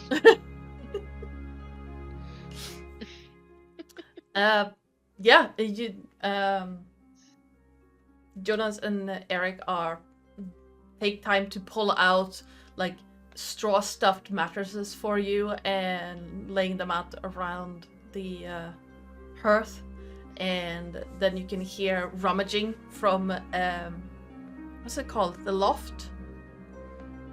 Yeah. And yeah, you get that scent of dust filtering through as if something hasn't been moved in a long time, and then you hear the scraping of something heavy along wooden boards.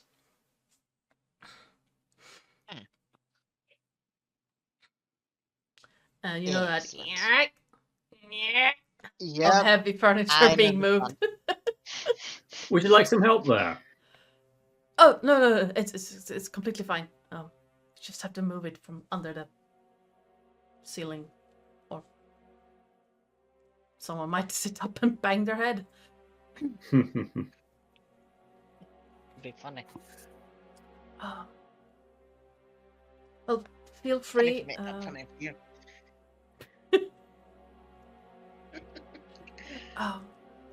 If you're hungry, there's dried foods in the pantry. If you're thirsty, there's a well just outside. Might be frozen. Oh, apparently I've got this, as he holds up the water thing. Oh, that's a tankard. Of endless water. Right, I've heard of those. Never seen one before. In any case, I'll make breakfast. Oh, you don't have to. Oh, yes, I do. All right. Well, It's the least I can do. You're being so hospitable. well, yeah, pantry's over there. We have dried meats and fruits and vegetables. Eric looks up a little bit. Perhaps you see them hanging from the ceiling. A little bit of like a breeze knocks one, and you see a little bit of like a dried piece of rosemary just sailing down. Excellent. Well, hope you have a good night. Shout if you need anything. You as well. You too. The girls are just sitting there on the on the bed, just color. Yes, of course. And he's just blue, pink, purple, Blue, yes. green, blue. Right.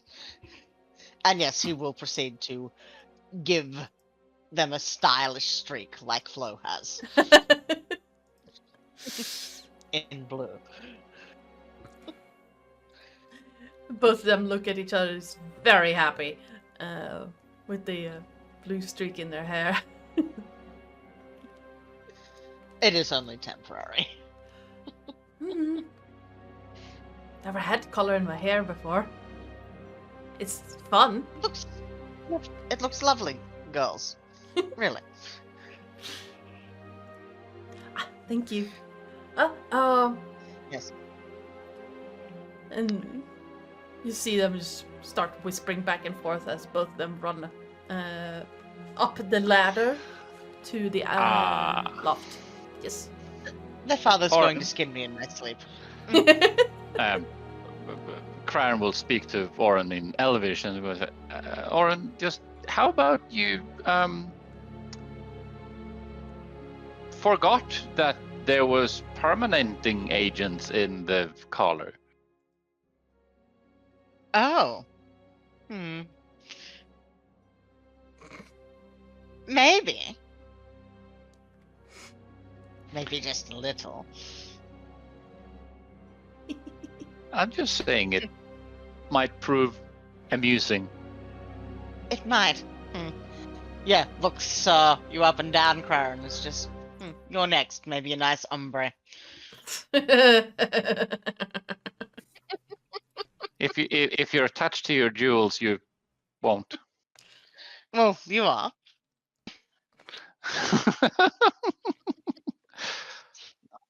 Rather often. I'm I just saying won't. that. I'm just saying that this party have yet to have a eunuch. Understood. I'll leave your lovely hair as it is. Thank you. Spoil Remus? sport.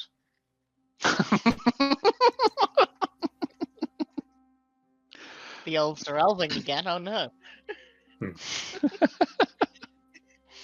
I'm just imagining Flo as Remus Romulus to you. Yes. You don't speak Elvish. Or do you? No, I speak Sylvan, but if it was, I would just imagine her asking, like, what the fuck is a eunuch?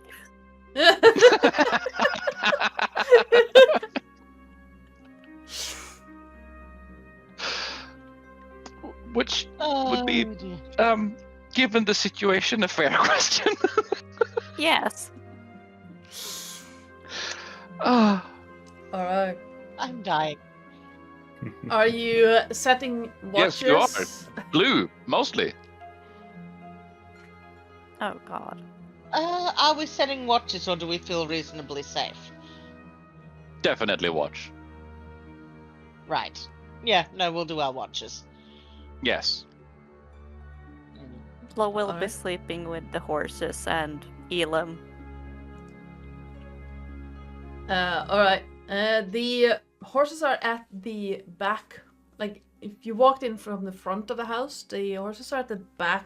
There's like this wall with a small door in between, and that you can walk through. And you can walk out into a rather well-kept stables where the dogs, your horses, and Elam are staying.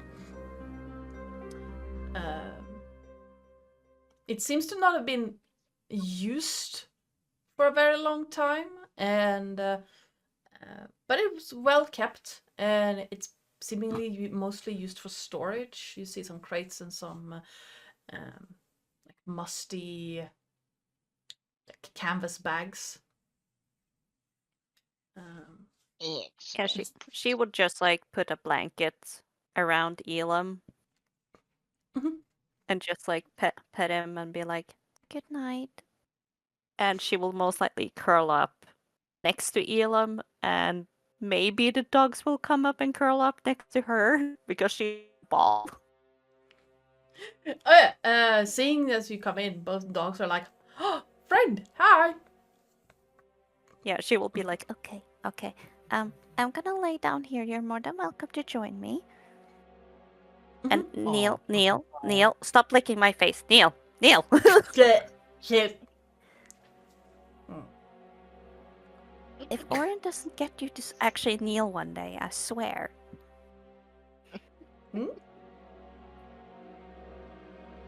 There's no comprehension behind those eyes. Yeah, she will just take out some jerky and just give it to both the dogs. Yeah. And go to sleep. Just go Yes. to sleep. I feel All right. Yes. The yeah. night is rather uneventful. Could each of you please roll me a D100?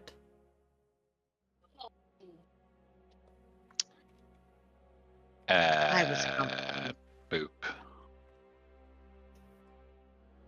Blarp.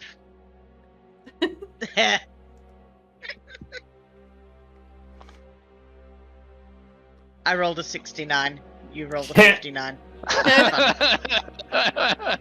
Nice. All right. Craren, as you are keeping watch, do you stay indoors? Before you go or- there, reminder from last week, we have a event yet to happen from the last stuff. Oh, it has happened. You just haven't uncovered it yet. Oh, you said it will happen later. Oh, Has later happened? no. Okay, there you go. Is it later yet? Are we there yet? Okay, go on. Just a reminder that we have things. Yes. Let me double check Things with those. stuff. And stuff and things. Especially that. Mm-hmm. We like stuff and things. Oh yes. Oh yeah. No. No. The event has happened. You just haven't noticed it yet. Okay. That's fair. Okay. So I. Is that a good thing? Hey, Jippy. Depends on your point of view, I guess. As you're keeping watch, Craren, are you staying indoors or are you walking outdoors as well? What's the alternative? Like- I don't see alternative on map. I don't understand. Well, you can either pace inside, sit by the fire, and by indoors, or if you go outside, you see forest. How outsidey is it? Well, outside is pretty brisk. Freezing your dick and balls off. Well, it's I mean, it's the night in March, so you decide. There's still snow on the ground. It's sort of. It's more sludge, but How about I phrase it like this? As much as it's nice to have a cube of heating, yeah. cube of heating indoors is even better. Yeah. So, as you're keeping watch towards the end of the 4 hours, you suddenly hear a thunk on the roof, and then a whoosh.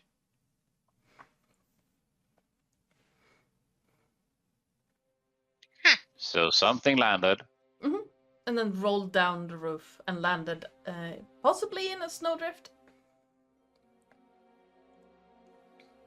Right. Craren will peek outside to see what the hell that was. Because Breakfast. from where he's sitting, there were no that big pine cones. No, these are oak trees. Breakfast. I mean, or acorns, potato. The area outside is dark. You can only see in shades of gray, indicating there are no torches The lit. usual bits. Yeah. Mm-hmm. So, and just outside the door, if you look to your right, there's a snowdrift with a hole in it. Something about the size of an acorn, a little bit like a big acorn, has hit the snow.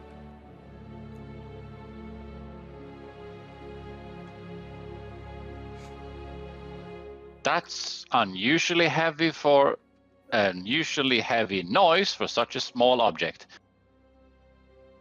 Yes.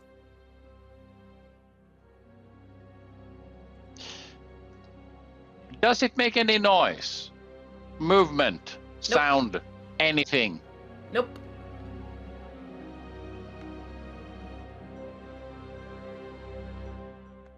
Craren will leave it there and go back inside. All right then.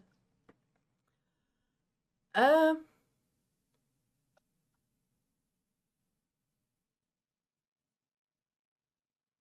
right. Oren. Yes. During your watch, you hear movement outside.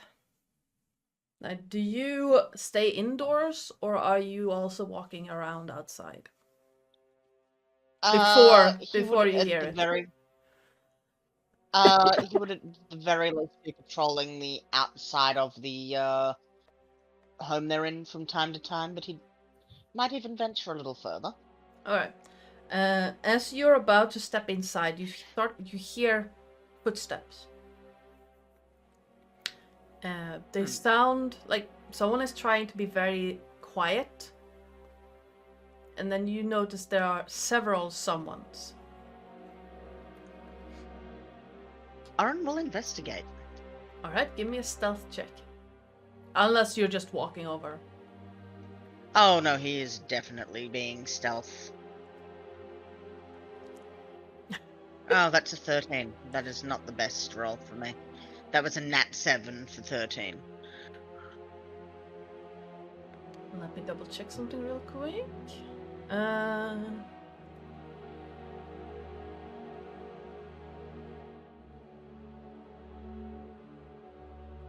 Where did the thing go? There it is. You believe that you are quiet enough, and as you round the corner, you see a group of 4 shadows further on. It's a little bit hard, even with your dark vision, to... Which way around the corner is it? This way. This way. So in the tree line. It's a little bit hard for you to differentiate between the shadows of the trees and the individuals moving, but they're walking strangely, like slightly hunched.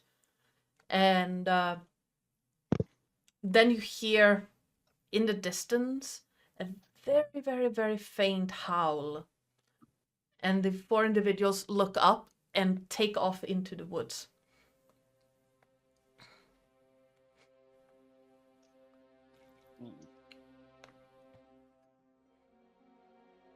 Oren will take note of this. Mm-hmm.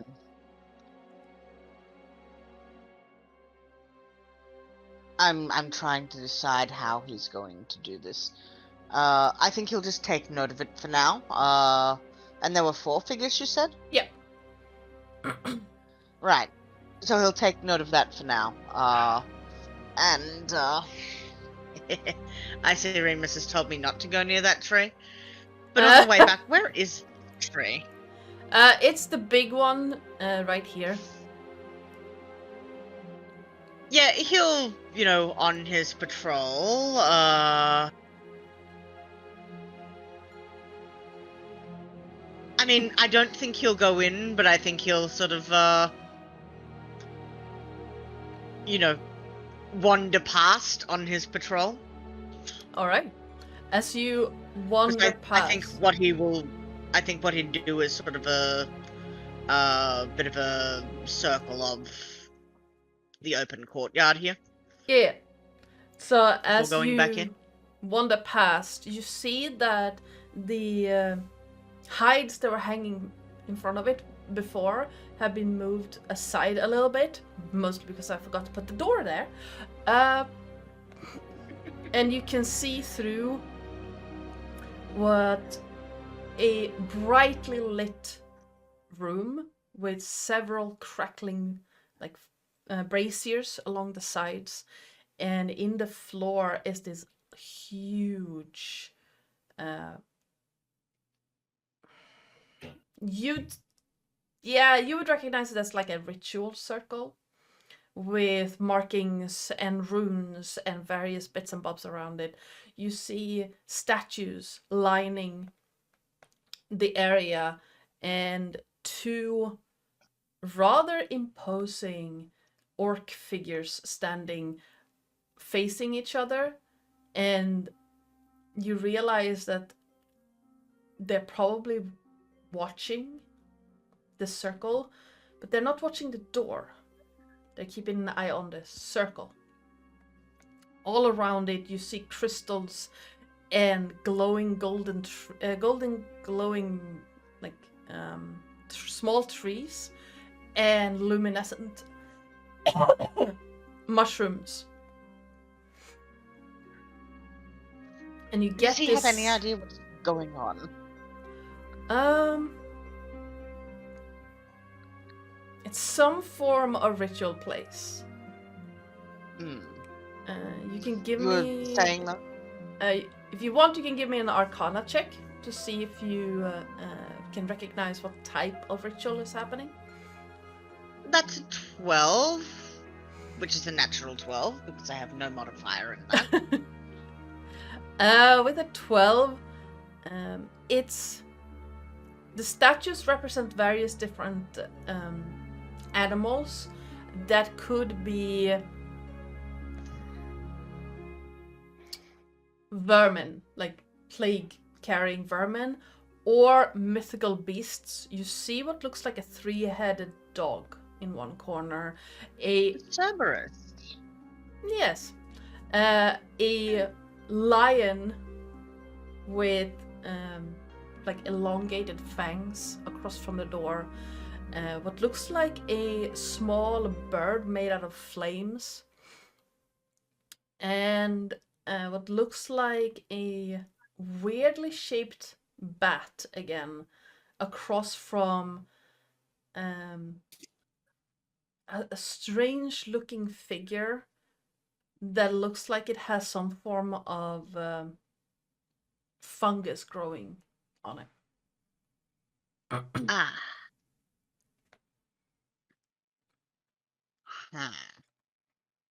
Disturbing. Disturbing. Utterly disturbing. Yes. Very disturbed. There's also a very like sickly sweet scent in the air in here. Being from jungles, it's scent of death. No, rotting leaves.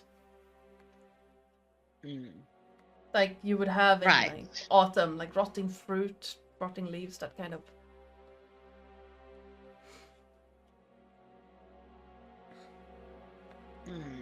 Does it look like they're trying to call forth some magical plague? Right now, they're not really doing anything. The circle is faintly glowing, but it's not like active. Excellent. That is a problem for the party to deal with later. He is going to continue his rounds and remember to tell the party what he saw on said rounds. All right. Nothing else really of note happens during your watch, Oren, and about halfway left, or half an hour left of your watch, you start hearing stirrings from the loft. Excellent. By that time, Oren would definitely be making breakfast. There's dried meats and porridge, and like dried meats turned into a stew. Yeah.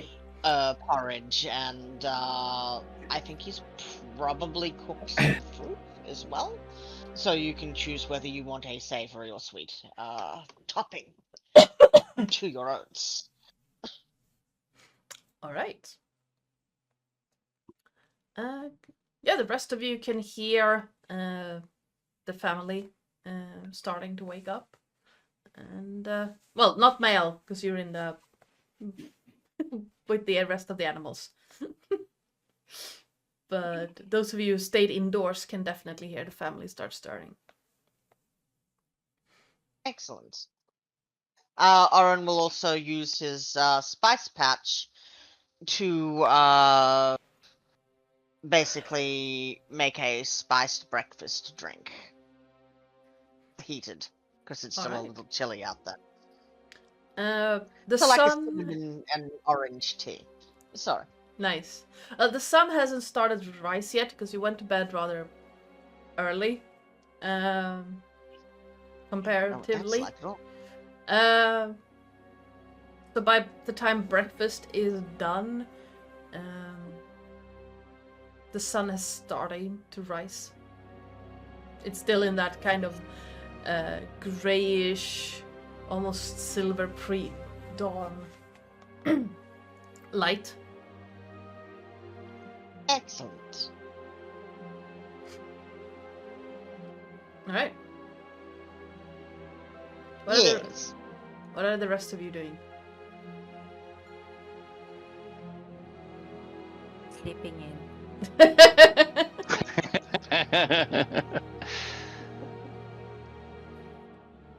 I'm going to assume that Carnis just getting up and, well, you know, much like not sleeping people do. So, I'm going to assume it's time to do the breakfast bits, and I'm going to assume that Oren wouldn't necessarily mind getting some extra hands. No. Of course not. He also has a pretty much serve yourself policy. He'll make it. You can grab what you want. So. There's a joke in here somewhere. Yes. I mean, maybe not with children present. That is also true. Remus and Romulus. I think Romulus is gonna just get up and maybe stretch his legs a little bit, and just get ready for the inevitable combat that we're going to do later. I'm sorry about the noise, guys. We can't hear it. No, Noise about what? Okay. You can't hear that. Remus. I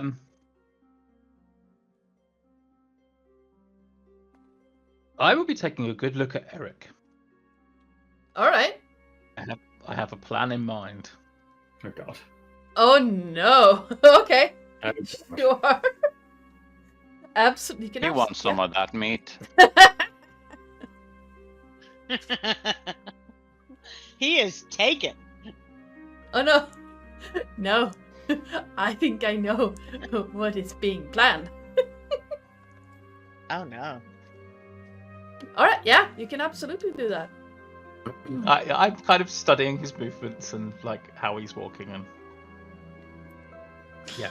I'm gonna actually roll something just to check. Nope. Eric is completely oblivious. That's a natural I one. have concern. oh my god. Oh shit, I need your color. Natural ones for me were pink. We're updating colors. New year, new colors. Yep. I think I gave you a list of colors. Let me find it. Oh yeah, probably. I'll let you know. It was in the game chat Definitely. a while ago. Yeah. So I'll just put Ardana Pale.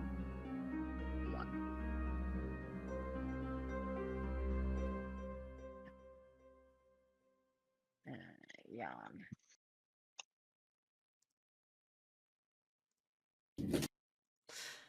All right. Yeah, that's a natural one. He's completely oblivious. You can see, like, it's a wonder he managed to get down the ladder with how, like, sleepwalking he is. Well, without falling off the ladder. I put the yarn that we're using in. There are pinks, but there's like 4 or 5 different pinks or more. So Okay. Yeshish. Yes. But yeah, you can absolutely study him. Freemus, he has no idea, none whatsoever. Good.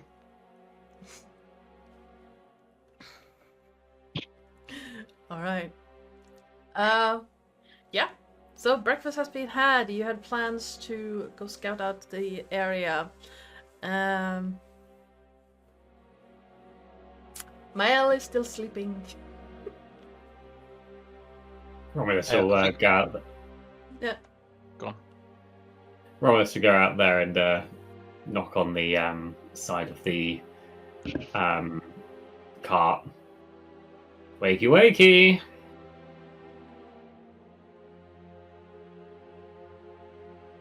5 more minutes. Okay, I'm We've gonna roll got things for- to do today. Nope. Neil wakes up and is very happy and jumps over towards Romulus, no. landing on Mael in the process. Oh. That was a dexterity He's save a you're good rolling boy. there.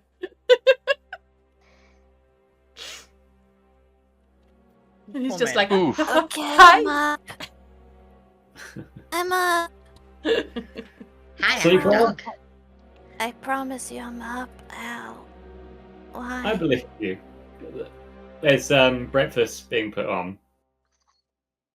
So get something to eat and then we'll most likely make a move.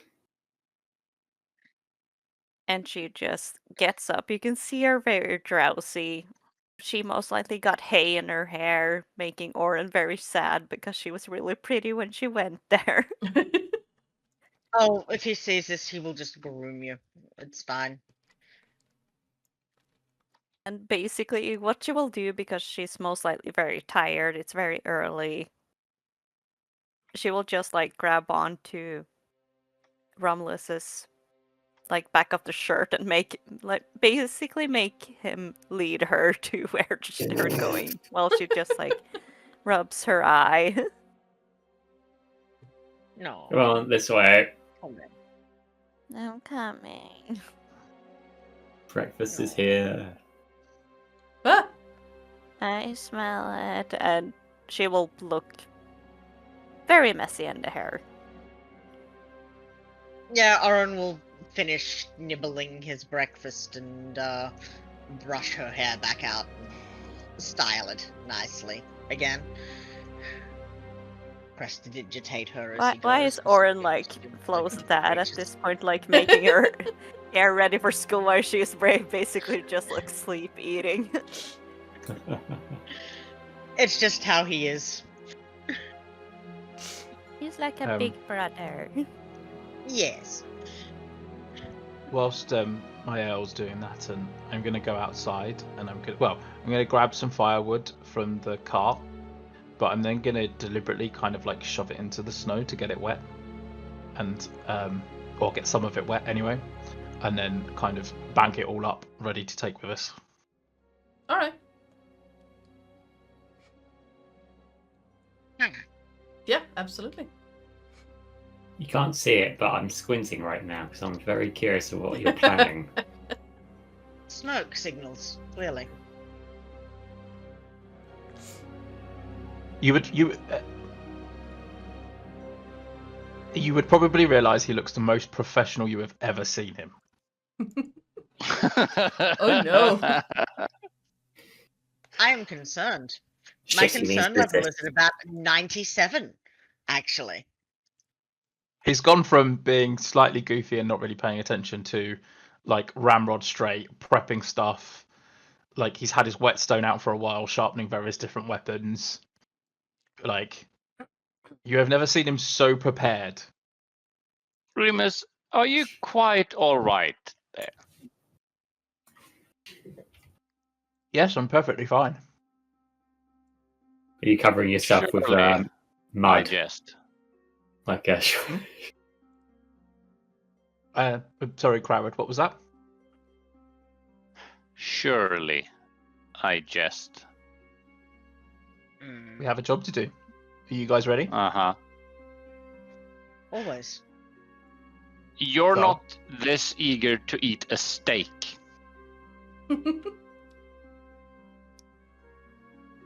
Or not entirely sure what you're implying. 4 pints.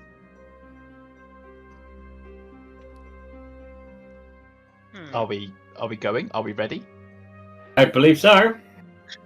Can I pack up the breakfast things first? No.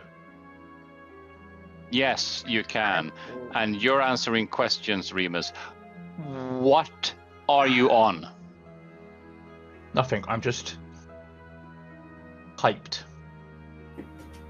What I have some for? things to discuss. We can do that alone.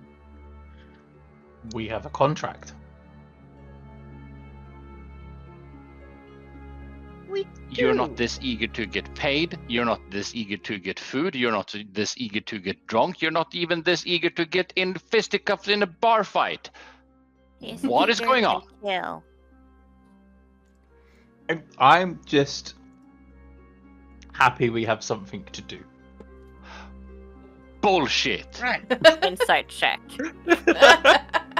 Yeah, Romulus would want to do an inside check too on this. But you are so full of shit. Oren doesn't care.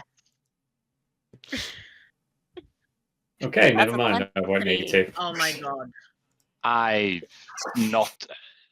I'm plausibly not going to add to that. It just insight, investigation. Yeah, investigation. You can incite me as much as you want, but he's telling the truth. He is just hyped. I am just hyped. I am So ready he's and raring to basically go. just hyped to kill. Maybe not to kill, but he's just hyped. Are you hyped to hunt? He's kind of just bouncing from one foot to another. It's like he's really eager to get going. Remus, you're missing my point. You haven't buttoned your shirt since I met you. And You're not this eager to do anything. Why are you on like this? I just am.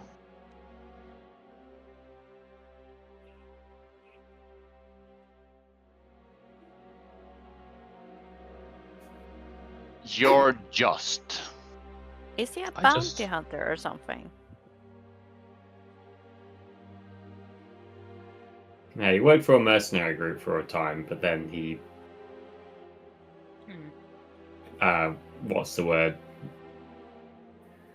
Defected? Defected to help me out, and now he's on the run from them. So that's the thing, but he's not a bounty hunter as far as I'm aware. Listen, you're his brother. You're twins. This is not normal behavior. We're not going anywhere until we get answers. Okay, quietly, Romulus will mind link with Remus, be like, what is going on? I promise not to tell. You have my word. Somehow, brother, in this instance, I don't believe you.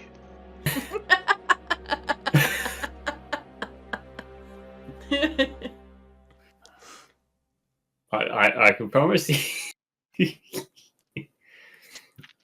I promise you, I will not tell. They don't know that we're talking right now.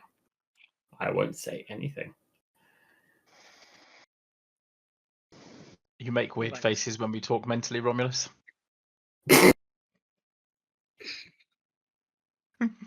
You always have.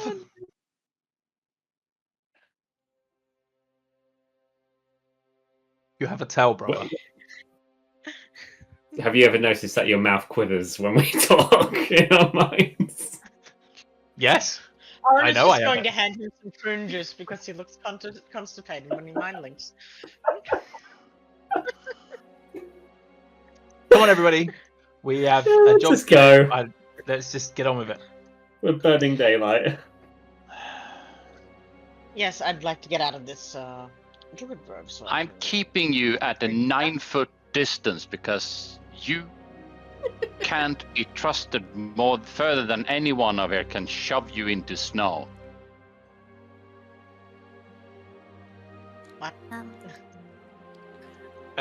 Cycle yeah. back a moment. Who was it that he tried to shove in? It was Craren he tried to shove in the Rakshasha tried to. Yes. I was just double checking. I was like, did that happen, right? Yeah, sorry, carry on. Yes, except it wasn't Remus. No, it wasn't. Mile, since you have the highest passive perception, as far as I know. Mm-hmm.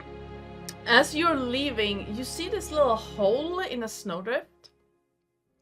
And there's something small and green in it. She will definitely pick it up. It is very heavy in your hand. Far heavier than the acorn-sized... well, the acorn size of it would indicate. The morning light just glints off it slightly as you turn it. And it has kind of rough edges on one side and smooth on the other. Almost this transparent deep green color. It's a stone. So it kind of looks like her eye. Sort of, yes. But like more crystalline and more like a rock. She will smell it.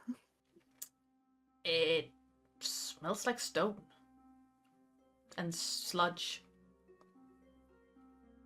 Sludge. She will run over to Oren. Like a puppy basically finding something. And she will like, Oren, look what I found. Isn't it pretty? It is. Uh, That's a very nice rock you've got. Oren, give me a history or investigation check. Those are both +0. That is a net 1. It's a very pretty rock. It's something strangely familiar about it, but it's a very pretty rock.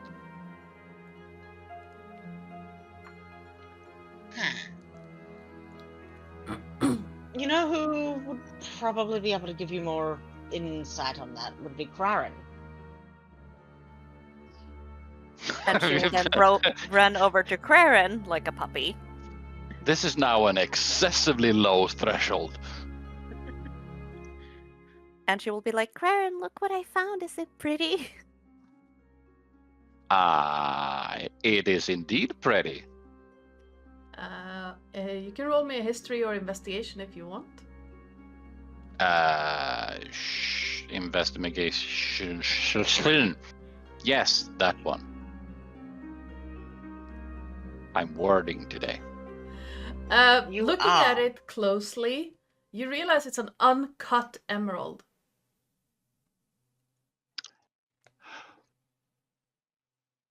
Where perchance did you find this?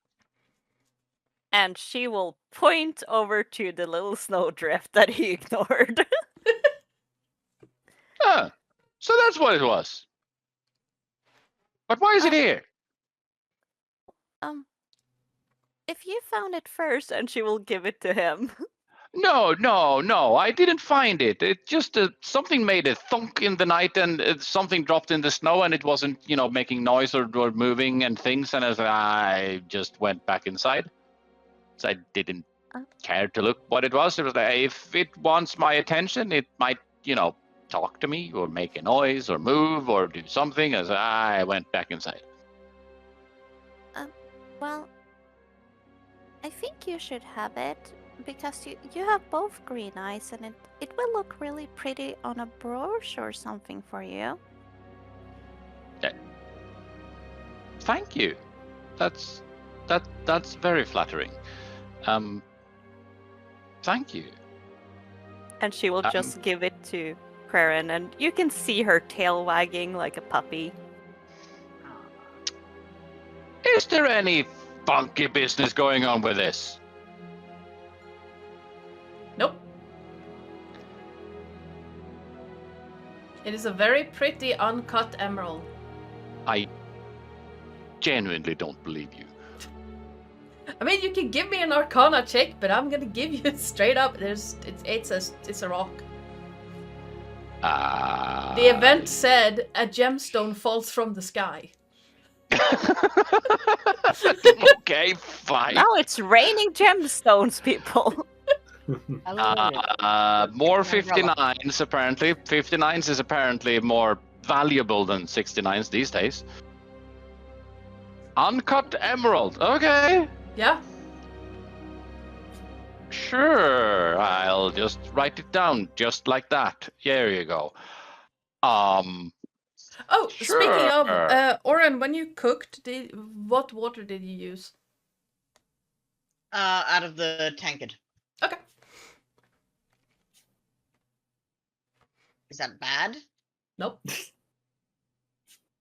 Was it bad if we didn't use the tankard? Nope.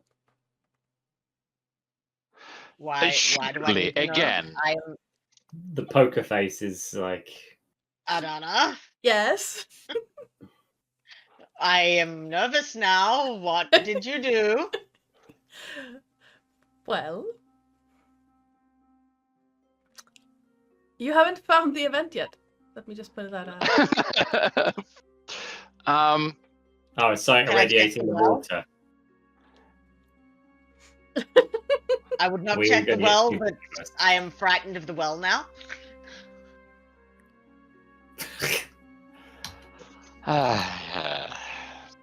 This is going splendidly. Yes. All right. Well, you make your way southeast. I need alcohol. Towards the place where. Same. So do I, and it is 7 in the morning.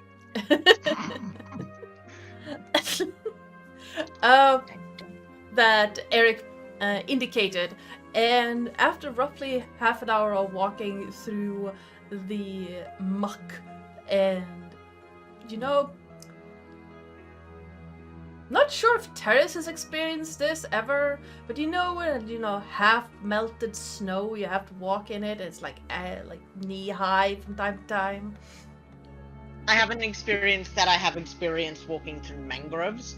Also, on the way, Oren would explain what he has seen at that tree. Yeah. Right. So imagine walking through mangroves, but the water is freezing Mm, and it clings to you. why?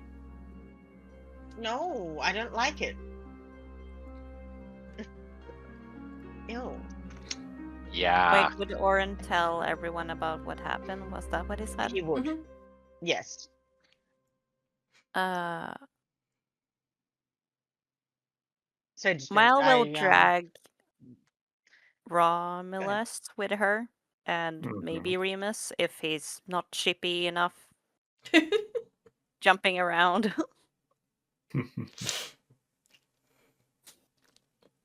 Okay, boys. Let's try and smell if they have been here and might know that we might coming, or might not be coming.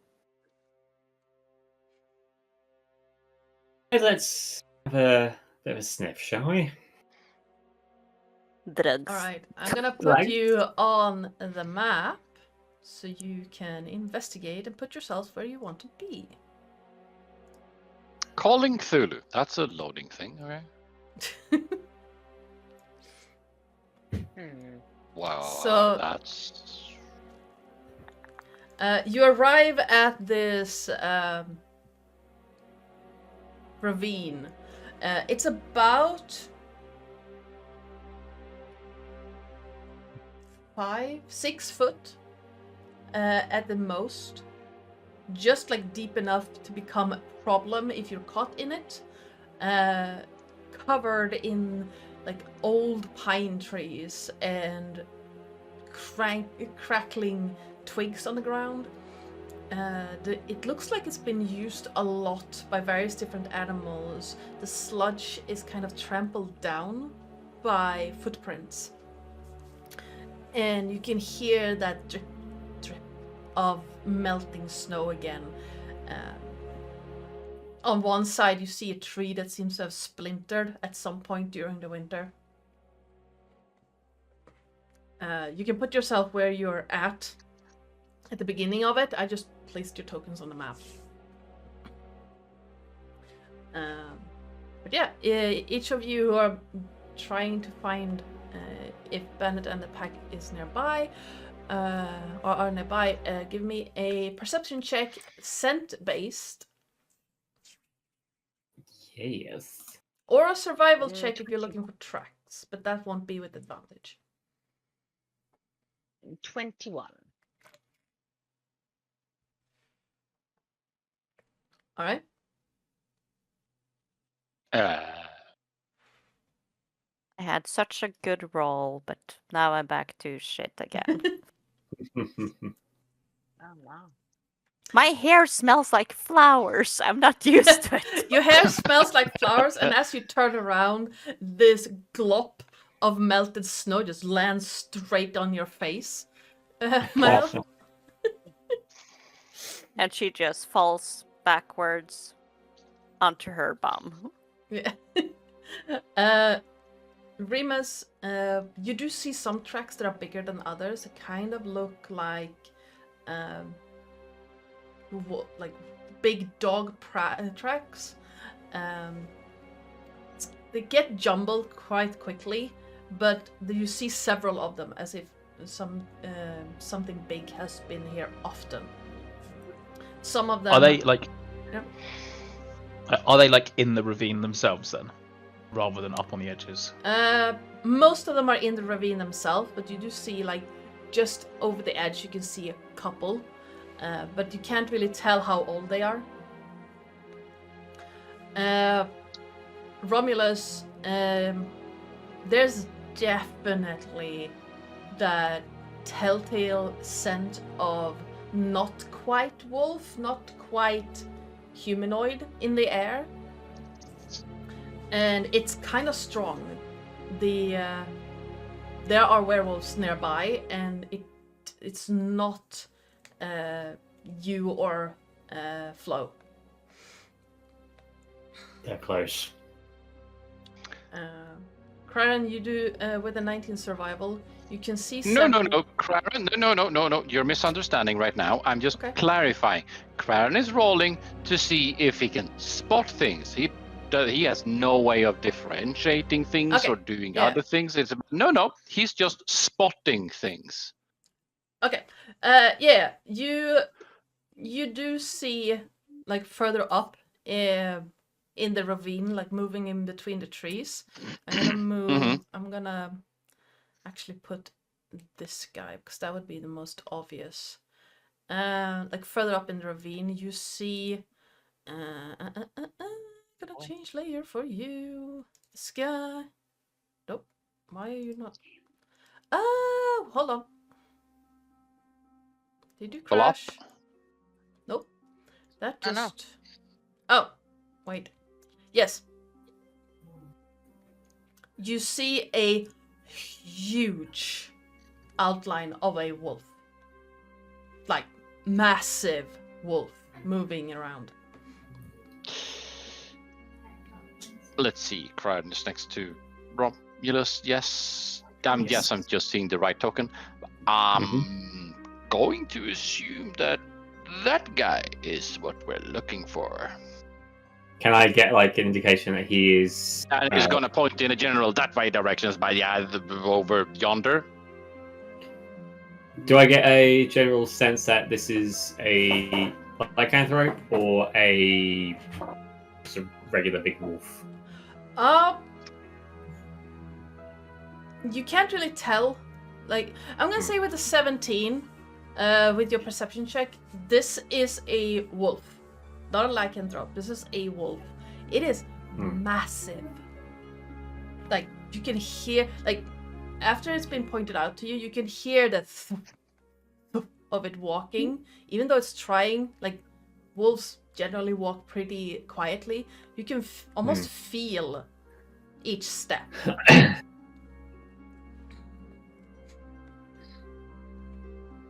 Okay, I'll shout out to Remus. Remus! Look out! He's there. It's hard to miss. Did Oren see anything additional? A as you look around, Oren, you notice movement all around you. Some is up in the woods. What did you roll? Like the exact number? I think I rolled like a. Let me check. 21.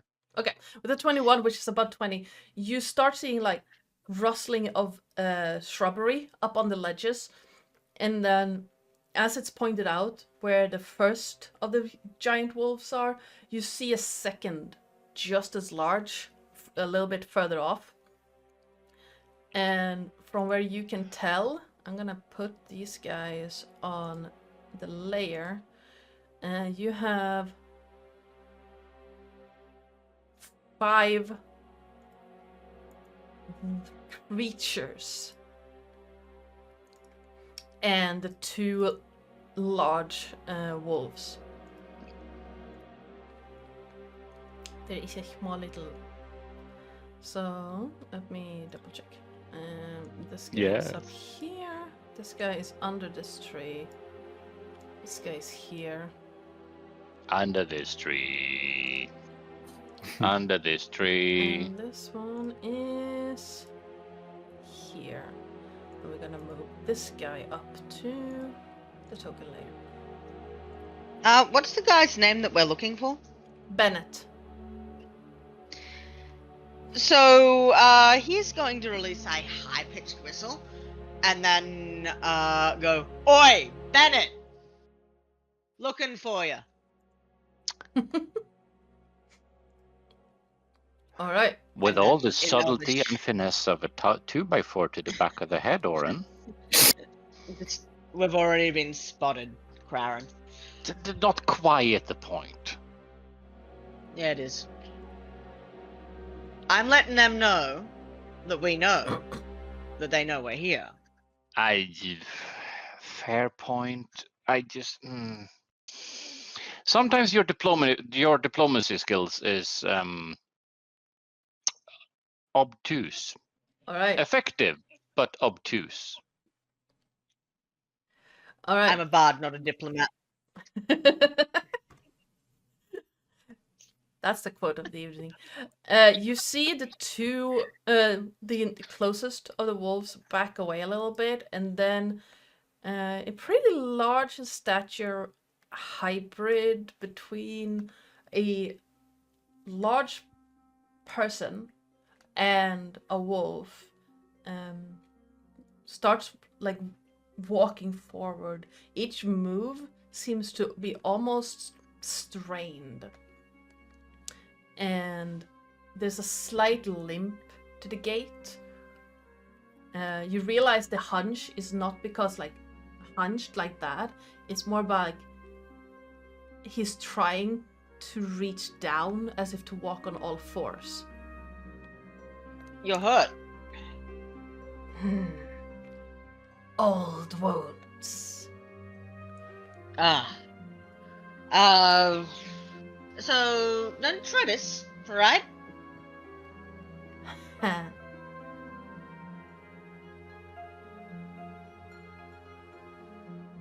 You need to speak up. I'm hard of hearing. Don't shred us, alright? Tell me why I shouldn't. Because we're here to negotiate free movement for a railroad within this area.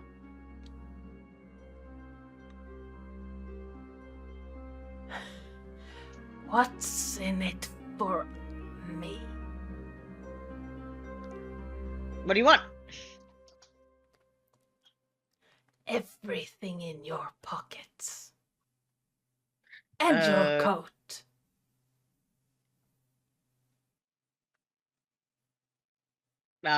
You can't have my coat.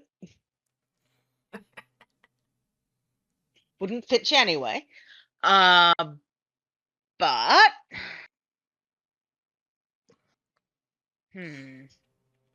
Is worldly possessions everything you're looking for? Look, like most of the stuff that I've got on me isn't gonna be useful to you. I could give you my rations. I could give you my tent. Maybe a tinderbox. I'm a bard. Do you even play the lute? No. I'll tell you what. Let me see what I got here. Let me see what I got.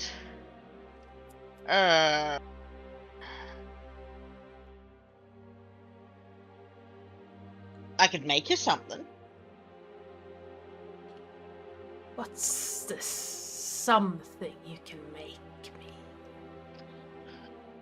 Well, let me take a look at that injury, and maybe I can whip something up that will help brace it a little bit better. Fine. Takes a couple of steps closer to you. And lifts his left leg slightly. And you can see, like, it looks like... Actually, it looks like it hurts to walk on. You can't really tell from this distance. Give me a medicine I'll check. meet him halfway. Medicine? That is Yes. not exactly my strong suit, but I've got a +2 to it. Can Mile just following up Mhm. there because That's she an doesn't want 11. him to be in the front line by himself. And as Yeah, you that's get closer, 11. Oren, you get this really, really strong scent of wet fur. Hmm. And it kind of looks like you can't really tell if there's anything wrong with the leg. Your best guess, it's probably a break that healed wrong. So what happened here? Someone fought back. Yeah, but I Yes. mean, physically, what happened to the leg? Hammer. Your friend has. So it broke. Yes. Give me an hour? No. No, I'm serious. And he's gonna pull out his knitting needles. Look, what I can do is I can get some of those, I can get one of those sticks over there, carve it to a point where it's going to fit nicely along the leg, and then make you a slip-on splint that will help stabilize. But I need the time to work the weaving tools. Give me a persuasion. I've done this for... Yeah, he's just gonna go... I've done this for someone before with their previously injured arm, and it's worked. Persuasion, that is there. I've got a +7 to that one. But that's a 10 because I rolled a 3. He looks at you, and you notice like a fraction before it happens, his claw just comes down to rake across your face, Oren. Hey. No. It's healed. Did he just try to hurt Oren? Yes.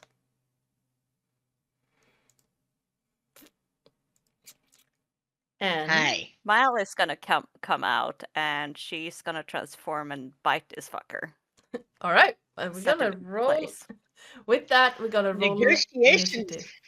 Oh. Wow. Now I roll a 22. All right. Give me a moment to set up the battle music for this, and then you can give me your initiative rolls. Blop. For the sake of argument, I'm gonna have the wolves go on the same roll, and Bennett. Ba, ba, ba, ba, ba, ba, ba.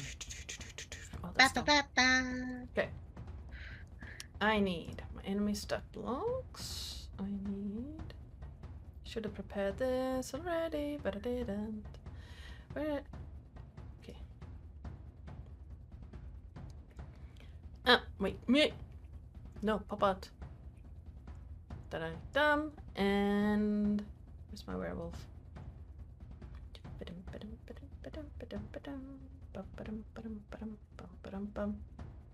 Nope. There.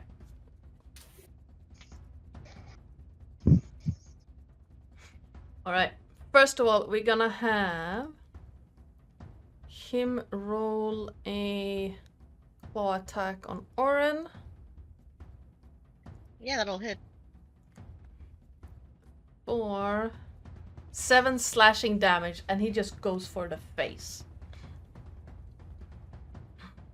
You slashed his face? Yes. Oh my god, he is mad? Big mad.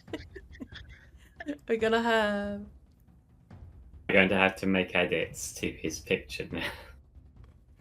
Not necessarily. It's He not has an healing. 20, it's fine. Yeah.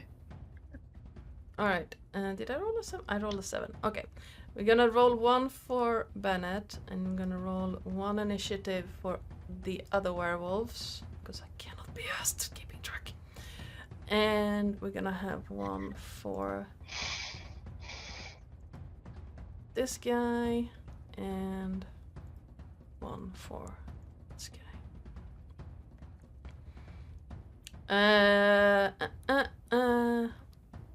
Oren saying being dumb again. Sorry. My initiative was something. 22, I think. Add turn. Okay. What did it say? Let me find my dice rolls. That is not my dice rolls. Where is my dice roll? Me too. 22. Thought you said 22. Sorry, so I was like, alright. My everything is being stupid. There we go. We're gonna turn.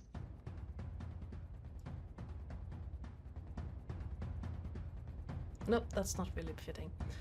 I want another one.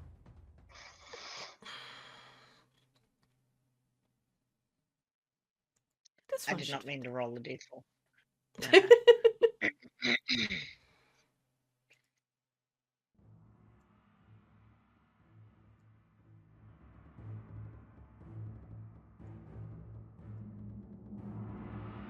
That fits. All right. Well, Mel, you will have a chance to react Yeah. as you were right there reacting to the slash. So, let's see. Bonus action. Oops, she transformed, and then she's just gonna predatory strike this motherfucker. The one you're looking for is bonus action murder. 22 will hit. Yes.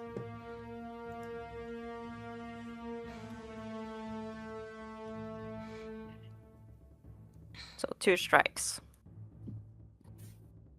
All right, both will hit. Yes. And she will try and get between Oren and him. Yeesh. All right. And she's going for face too. Now, Mael, your claws count as magical weapons, don't they? Not when I don't have. I did not get the. All right. Yeah. I So did you not slash. get You the see. blood thing. Yeah. You see your claws strike through, and just cut through, and the wounds just healing straight back up. And Bennett turns to Yeah. look at you and is, little sister, hi. You will look so much better when you're dead. Shall we dance? And Oren, it's your turn. Well, I think you owe me a dance first, after being so forward. And he is going to. He's got 2 silver daggers there. I'm not sure if he had those made as knitting needles, but he is going to try and stab him in the eye with one. All right. I don't think a 12 hits. 12 will just hit. So you see Bennett pull away, but you catch him like just on the bone under the eye. Yep. That is for piercing damage. All And right. then bonus action, I am going to bardically inspire Mael and just go rip his fucking heart out. That's a D8, by the way. All right. Oh. Bardic. Do you move away or you stay in there, Oren? I don't want to provoke an opportunity attack. All right. Sirenscape, you're being very loud. Shush. I did notice that. A question to the DM. Yes. If someone tries to get between 2 characters, does still get the do they still get an opportunity attack? I mean, rules as written. If you push yes, someone out but- of the way, no. But as if you're standing like right now, you're basically wedged in between. Bennett can still reach Oren. Okay. But if you push Oren out of the way, that doesn't provoke opportunity attacks. Get ready to get pushed, boy. Push me. And then just touch me. No. All right. Ooh, I like that one. We're gonna.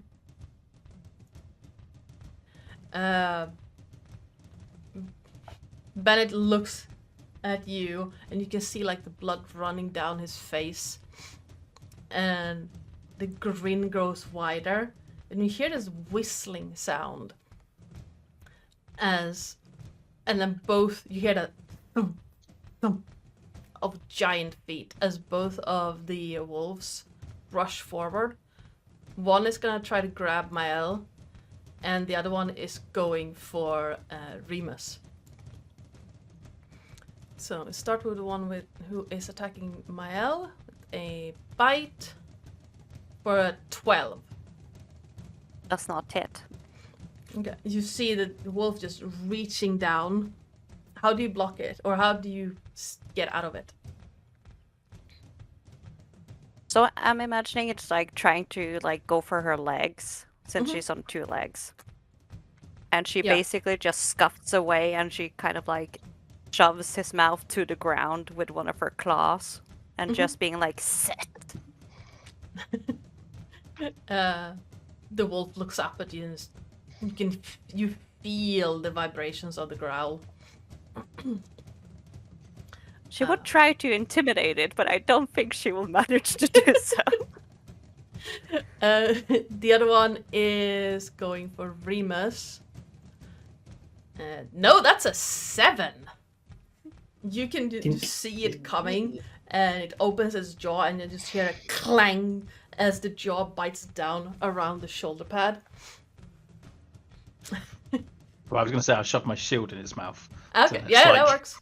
Yep. It just you hear that stang of the jaws closing on the top of the shield, and it looks up and it's like,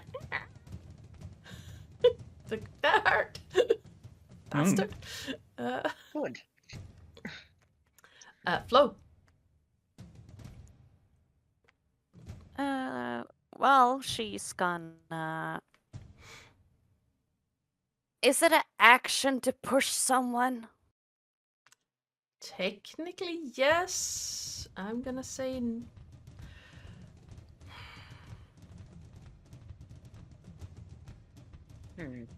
I mean, I like the rules in Baldur's Gate 3. You can use a bonus action for it. So, sure. You have to roll for it, though. the thing is, she's gonna jump this dude. Yeah. So the question is, can she kind of like jump him to get him away from Oren?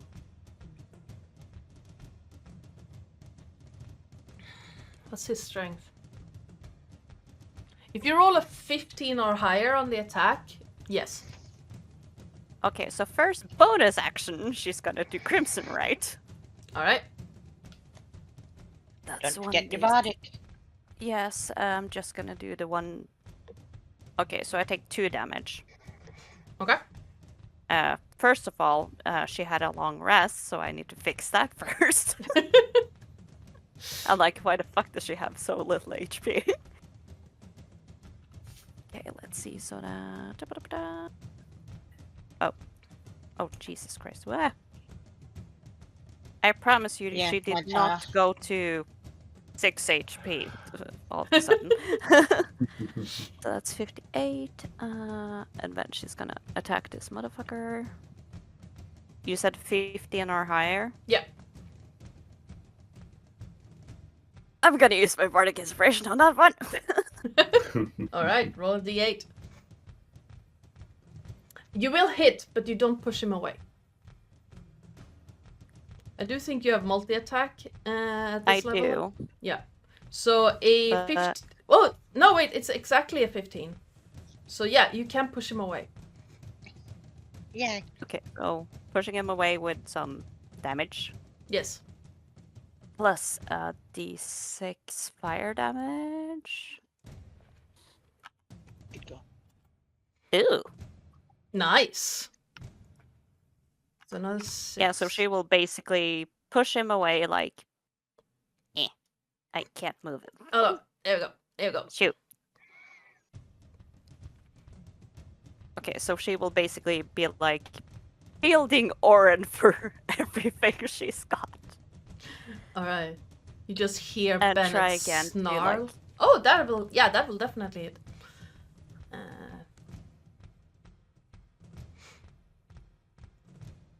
Right. And do I roll again for fire damage? Or is it the same? It doesn't really say. Yeah, does roll it? again. Each Okay. each amount of damage is renewed. Well, Well it's still a then. 6. You see him taking a massive amounts of damage with those strikes, and then he looks at you and you see the snarl of disgust on his face, like, unleashed pup. Disgusting. And she has a sickly grin on her face, and she's gonna just be like, "Don't worry, Oren. You won't recognize him when I'm done." Because she has only went for the face so far. Nice. Alright. Romulus. Okay, seeing how Flo or Mael seems to be pretty happily preoccupied with Bennett, I'm going to see about dealing with the big wolf guy behind her. I'm going to use Agonizing Blast. I'm also wielding the Rod of the Pack Keeper. I'm sure you'll be happy to know. So I've got a plus, so that will make it a plus 11 to hit, if I'm correct. Mm. Yep. Yes. Okay. So that's 18. So that's a 20, basically. Yeah, that will definitely hit. You have 2 beams as well. Remember that. I do, so I'll roll that quickly. So that's a 15 to hit. Alright, the first one hits cleanly, and you hear this yelp of pain as the wolf rounds to look at you. And the second one, it tries to dodge, and it just skims. Like, it hits it, but it skims the top of its back. And you can see this damage, like, burning through the fur. That's the one. That's the one that skims. That's still wrong. Yeah, it's still wrong. You add your... It's agonizing blast. It's got added charisma to it. Well, why is that? Hang on. Normally it's just a D10, but I don't know why Hang on. it's not adding the... I Saving throw. can help you look at that tomorrow if you want. proficiency. Yeah, because we're having to fix it every time. Oh, wait, damage plus. Hang offer on. to help fix it every time, but Yeah, sorry. Yeah, okay. Shall I roll again then? Now that I've fixed it. You can roll the second one. The first one you already described. So the first one would be 1 plus your charisma. Okay, so that'll be 5 damage in total then. All right. And then this one. That's more like it. There we go. Yes. Why Max does it? damage. I wonder why it always does that. Stop rubbing on my microphone, you horrible gremlin of a cat. Never. you mean my microphone? He certainly thinks so. He's in trouble today. Yeah, the first one you hear the yelping, and you can see like fur blasted away from the impact. And as it turns, the second just skims across the back, and it like the wolf just bends down, and its attention completely on you now, Romulus. And with that, I summon Starfall and just kind of be there, kind of ready for some inevitable damage coming my way in the shape of a giant wolf. Emotional damage. It's the werewolf's turn. This one up in the tree line is going to go for Craren with the multi-attack claws. Wow. Jumping down here, you hear this thwack, and sludgy snow is splattering up your trouser leg, Craren. Claw 1 is a 14, and Claw 2 is an 11. You absolute twat waffle. First will hit and second will miss. Alright. You feel the claws just come down across your back, tearing through your coat for 7 slashing damage. The second one you are prepared for, so you can easily dodge it. Do you mind awfully? Hasty! Yes, I'm sure. This why? one can just reach you. Romulus, you hear the running feet right before this person's gonna land. Both arms out and claws like, aiming to dig down into your shoulders. Oh! Let's see Great. if they actually connect. 13, and Nope. that's a natural 1. No! You just hear the, like, they land and you hear the scraping of claws against your armor.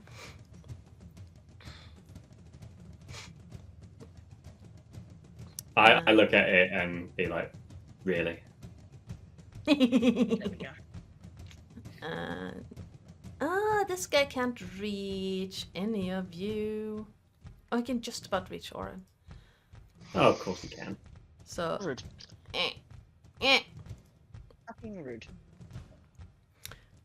We're gonna do claws. 21 and 8. One moment. The 21 will hit, but I'm checking something. Don't think I... Yep, I'm just gonna have to bear that brunt. Alright. So, 21. There we go. For 10 slashing, you feel this claw just scrape Ow. down your arm. Can I do something, please? Sure, absolutely. So as the claw slashes down, these odd purple dragon scales kind of shimmer up in front of it, and it negates some of the damage as I use one of my psionic ties to do protective field, which allows me nice. to reduce the damage by Lovely. 5. Alright, so you have the damage. You take 5 instead of 10. I nearly damaged myself an extra 5 then.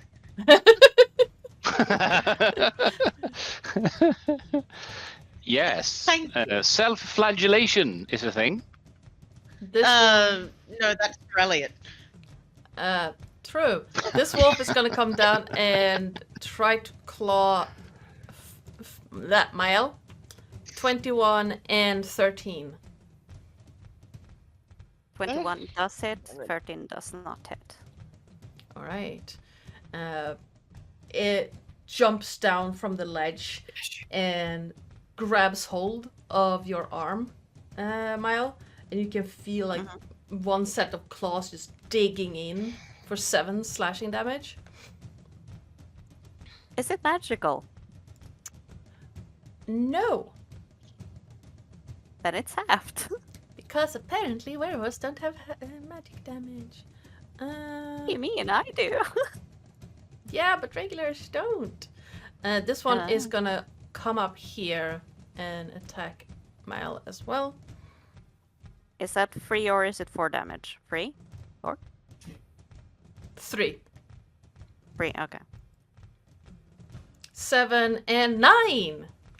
It's the No, werewolf that's my stumbles total and list. almost face plants right in front of you, and then just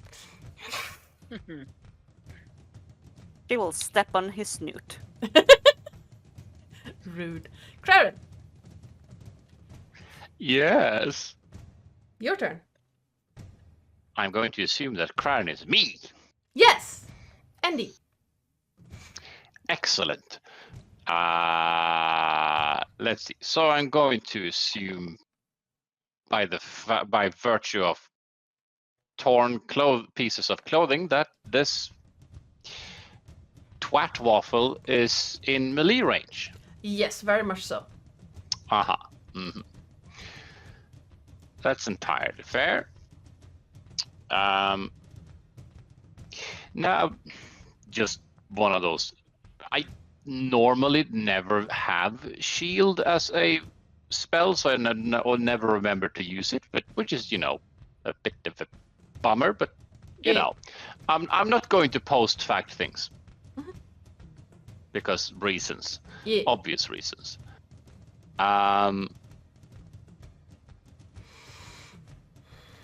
But let's see. But that also changes a few other things. I was pondering. Let's see if we can make an attack roll for that. That should be good. He is going to punch this fucker in the face. Okay. Mm-hmm. Yeah. Where, attempting casting inflict wounds. Ah. All right.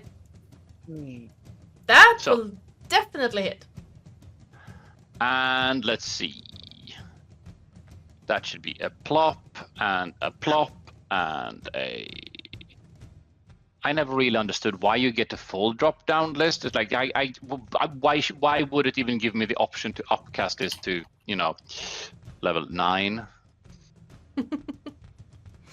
I want to, but Nice. So that's a good 40 points of necrotic damage. Yeah. Yeah. I'm going to assume that hurts. That really hurts. You can see, you hear this yelp as you punch, hitting square in the snoot, and it's a good hit. And then you see his body just shiver, and a lot of the fur just fall off, and he staggers a bit, swaying where he's standing. He is badly damaged. Now, do you mind awfully? Please fuck off.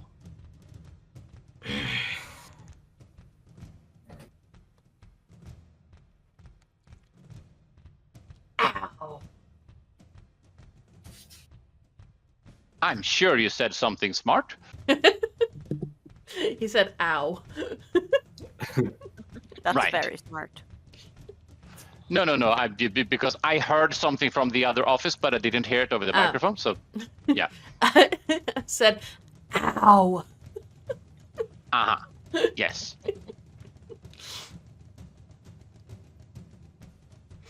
Alright, you have some movement and a bonus action left. I mean, it's one of those, like as much as Misty Step is a bonus action, it's also a spell. True. So I can't. Moving away wouldn't do anything. I mean, unless the attack actually misses. True. Also true. And considering I have already used the spell, I can't use shield as a reaction. Yeah, you can. It's not your turn. Is it though? Even though it consumes a spell slot. A reaction isn't counted as your turn. That is true. Which At which is point, so useful against casters.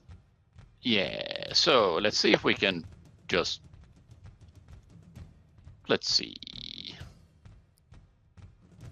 Just Or anything that bites. something along those lines ish. That's an 11. That still doesn't hit even No, you without hear the, shield. You hear crunching as he tries to swing at you, but steps on the dead tree next to his foot and kind of loses his balance a bit. Yeah. All right. It is Bennett's turn, looking between Mael and Oren. It's just... It's more fun. And he's going to try and... is he going to do that? Or is he going to do that? Which one does more damage? Bad Chumperpotamus. Bad. Gonna do this? No! That's a definitive no.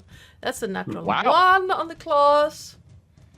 Oh, 3 fails So for many Ardana in this game. Yeah. And 1 fail for me. No. No crits so far. Wow. Well, And a Unless it's a 13. disadvantage. Yeah, no. 13 does not hit. He's just like trying to scrape you, and you can feel the your armor, like the leather. I think you. No, you have. Do you have I leather have the armor? scale mail that Yeah. doesn't make sound. Yeah, you can just hear the scraping of claws on metal as he's trying to get purchase. Don't worry, Grandpa. I'll make sure to see what's fun afterwards when you're done. I'm sure. I like her. Ta-da. Remus.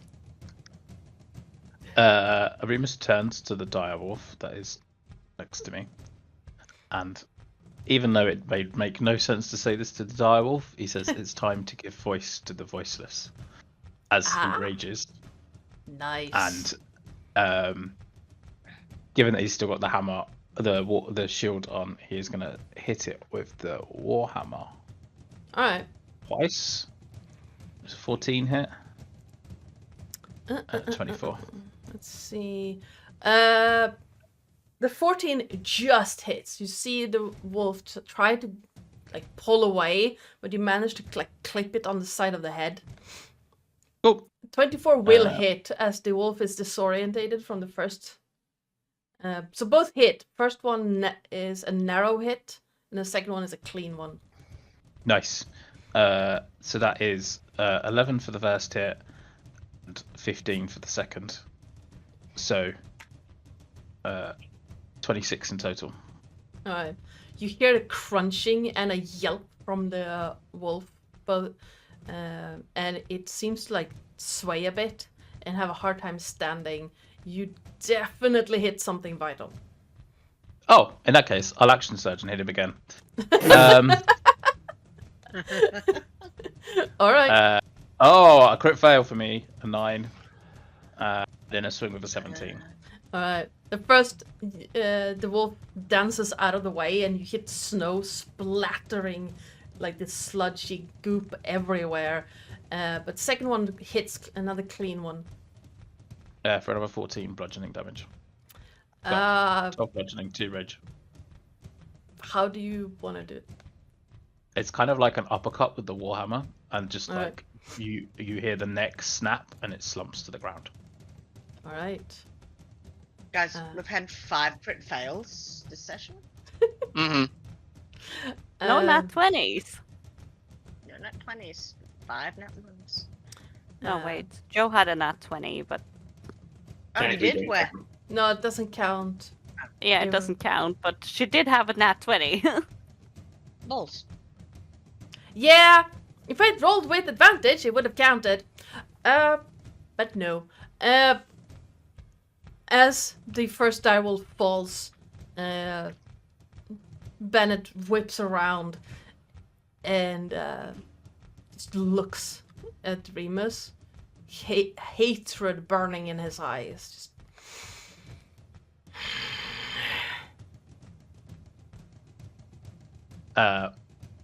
Which one's next? Says to Bennett. You. Oh, nice. Come and get me. And I am gonna. Yeah,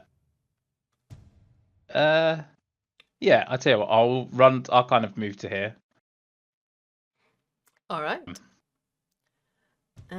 We are back to Oren, and we are also we have gone over time by a lot.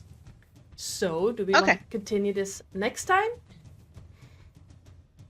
I'm good either way. I'm going to assume it's not super many turns left, so either we continue and end things here, hopefully, or we pick it up next time. I'm game for either. It's up to you guys, really. I'm game for either. It's just the fam will probably start how Yeah. to word. Rising. Yeah, I've already had them bathing a toddler in the next room, so But yeah, up to you let's guys if you want to deal with the chaos of this house. nah. No, I let's think- continue next time. That's entirely fair. Okay. because we all know we're gonna talk a lot after this battle. Yes. Yeah.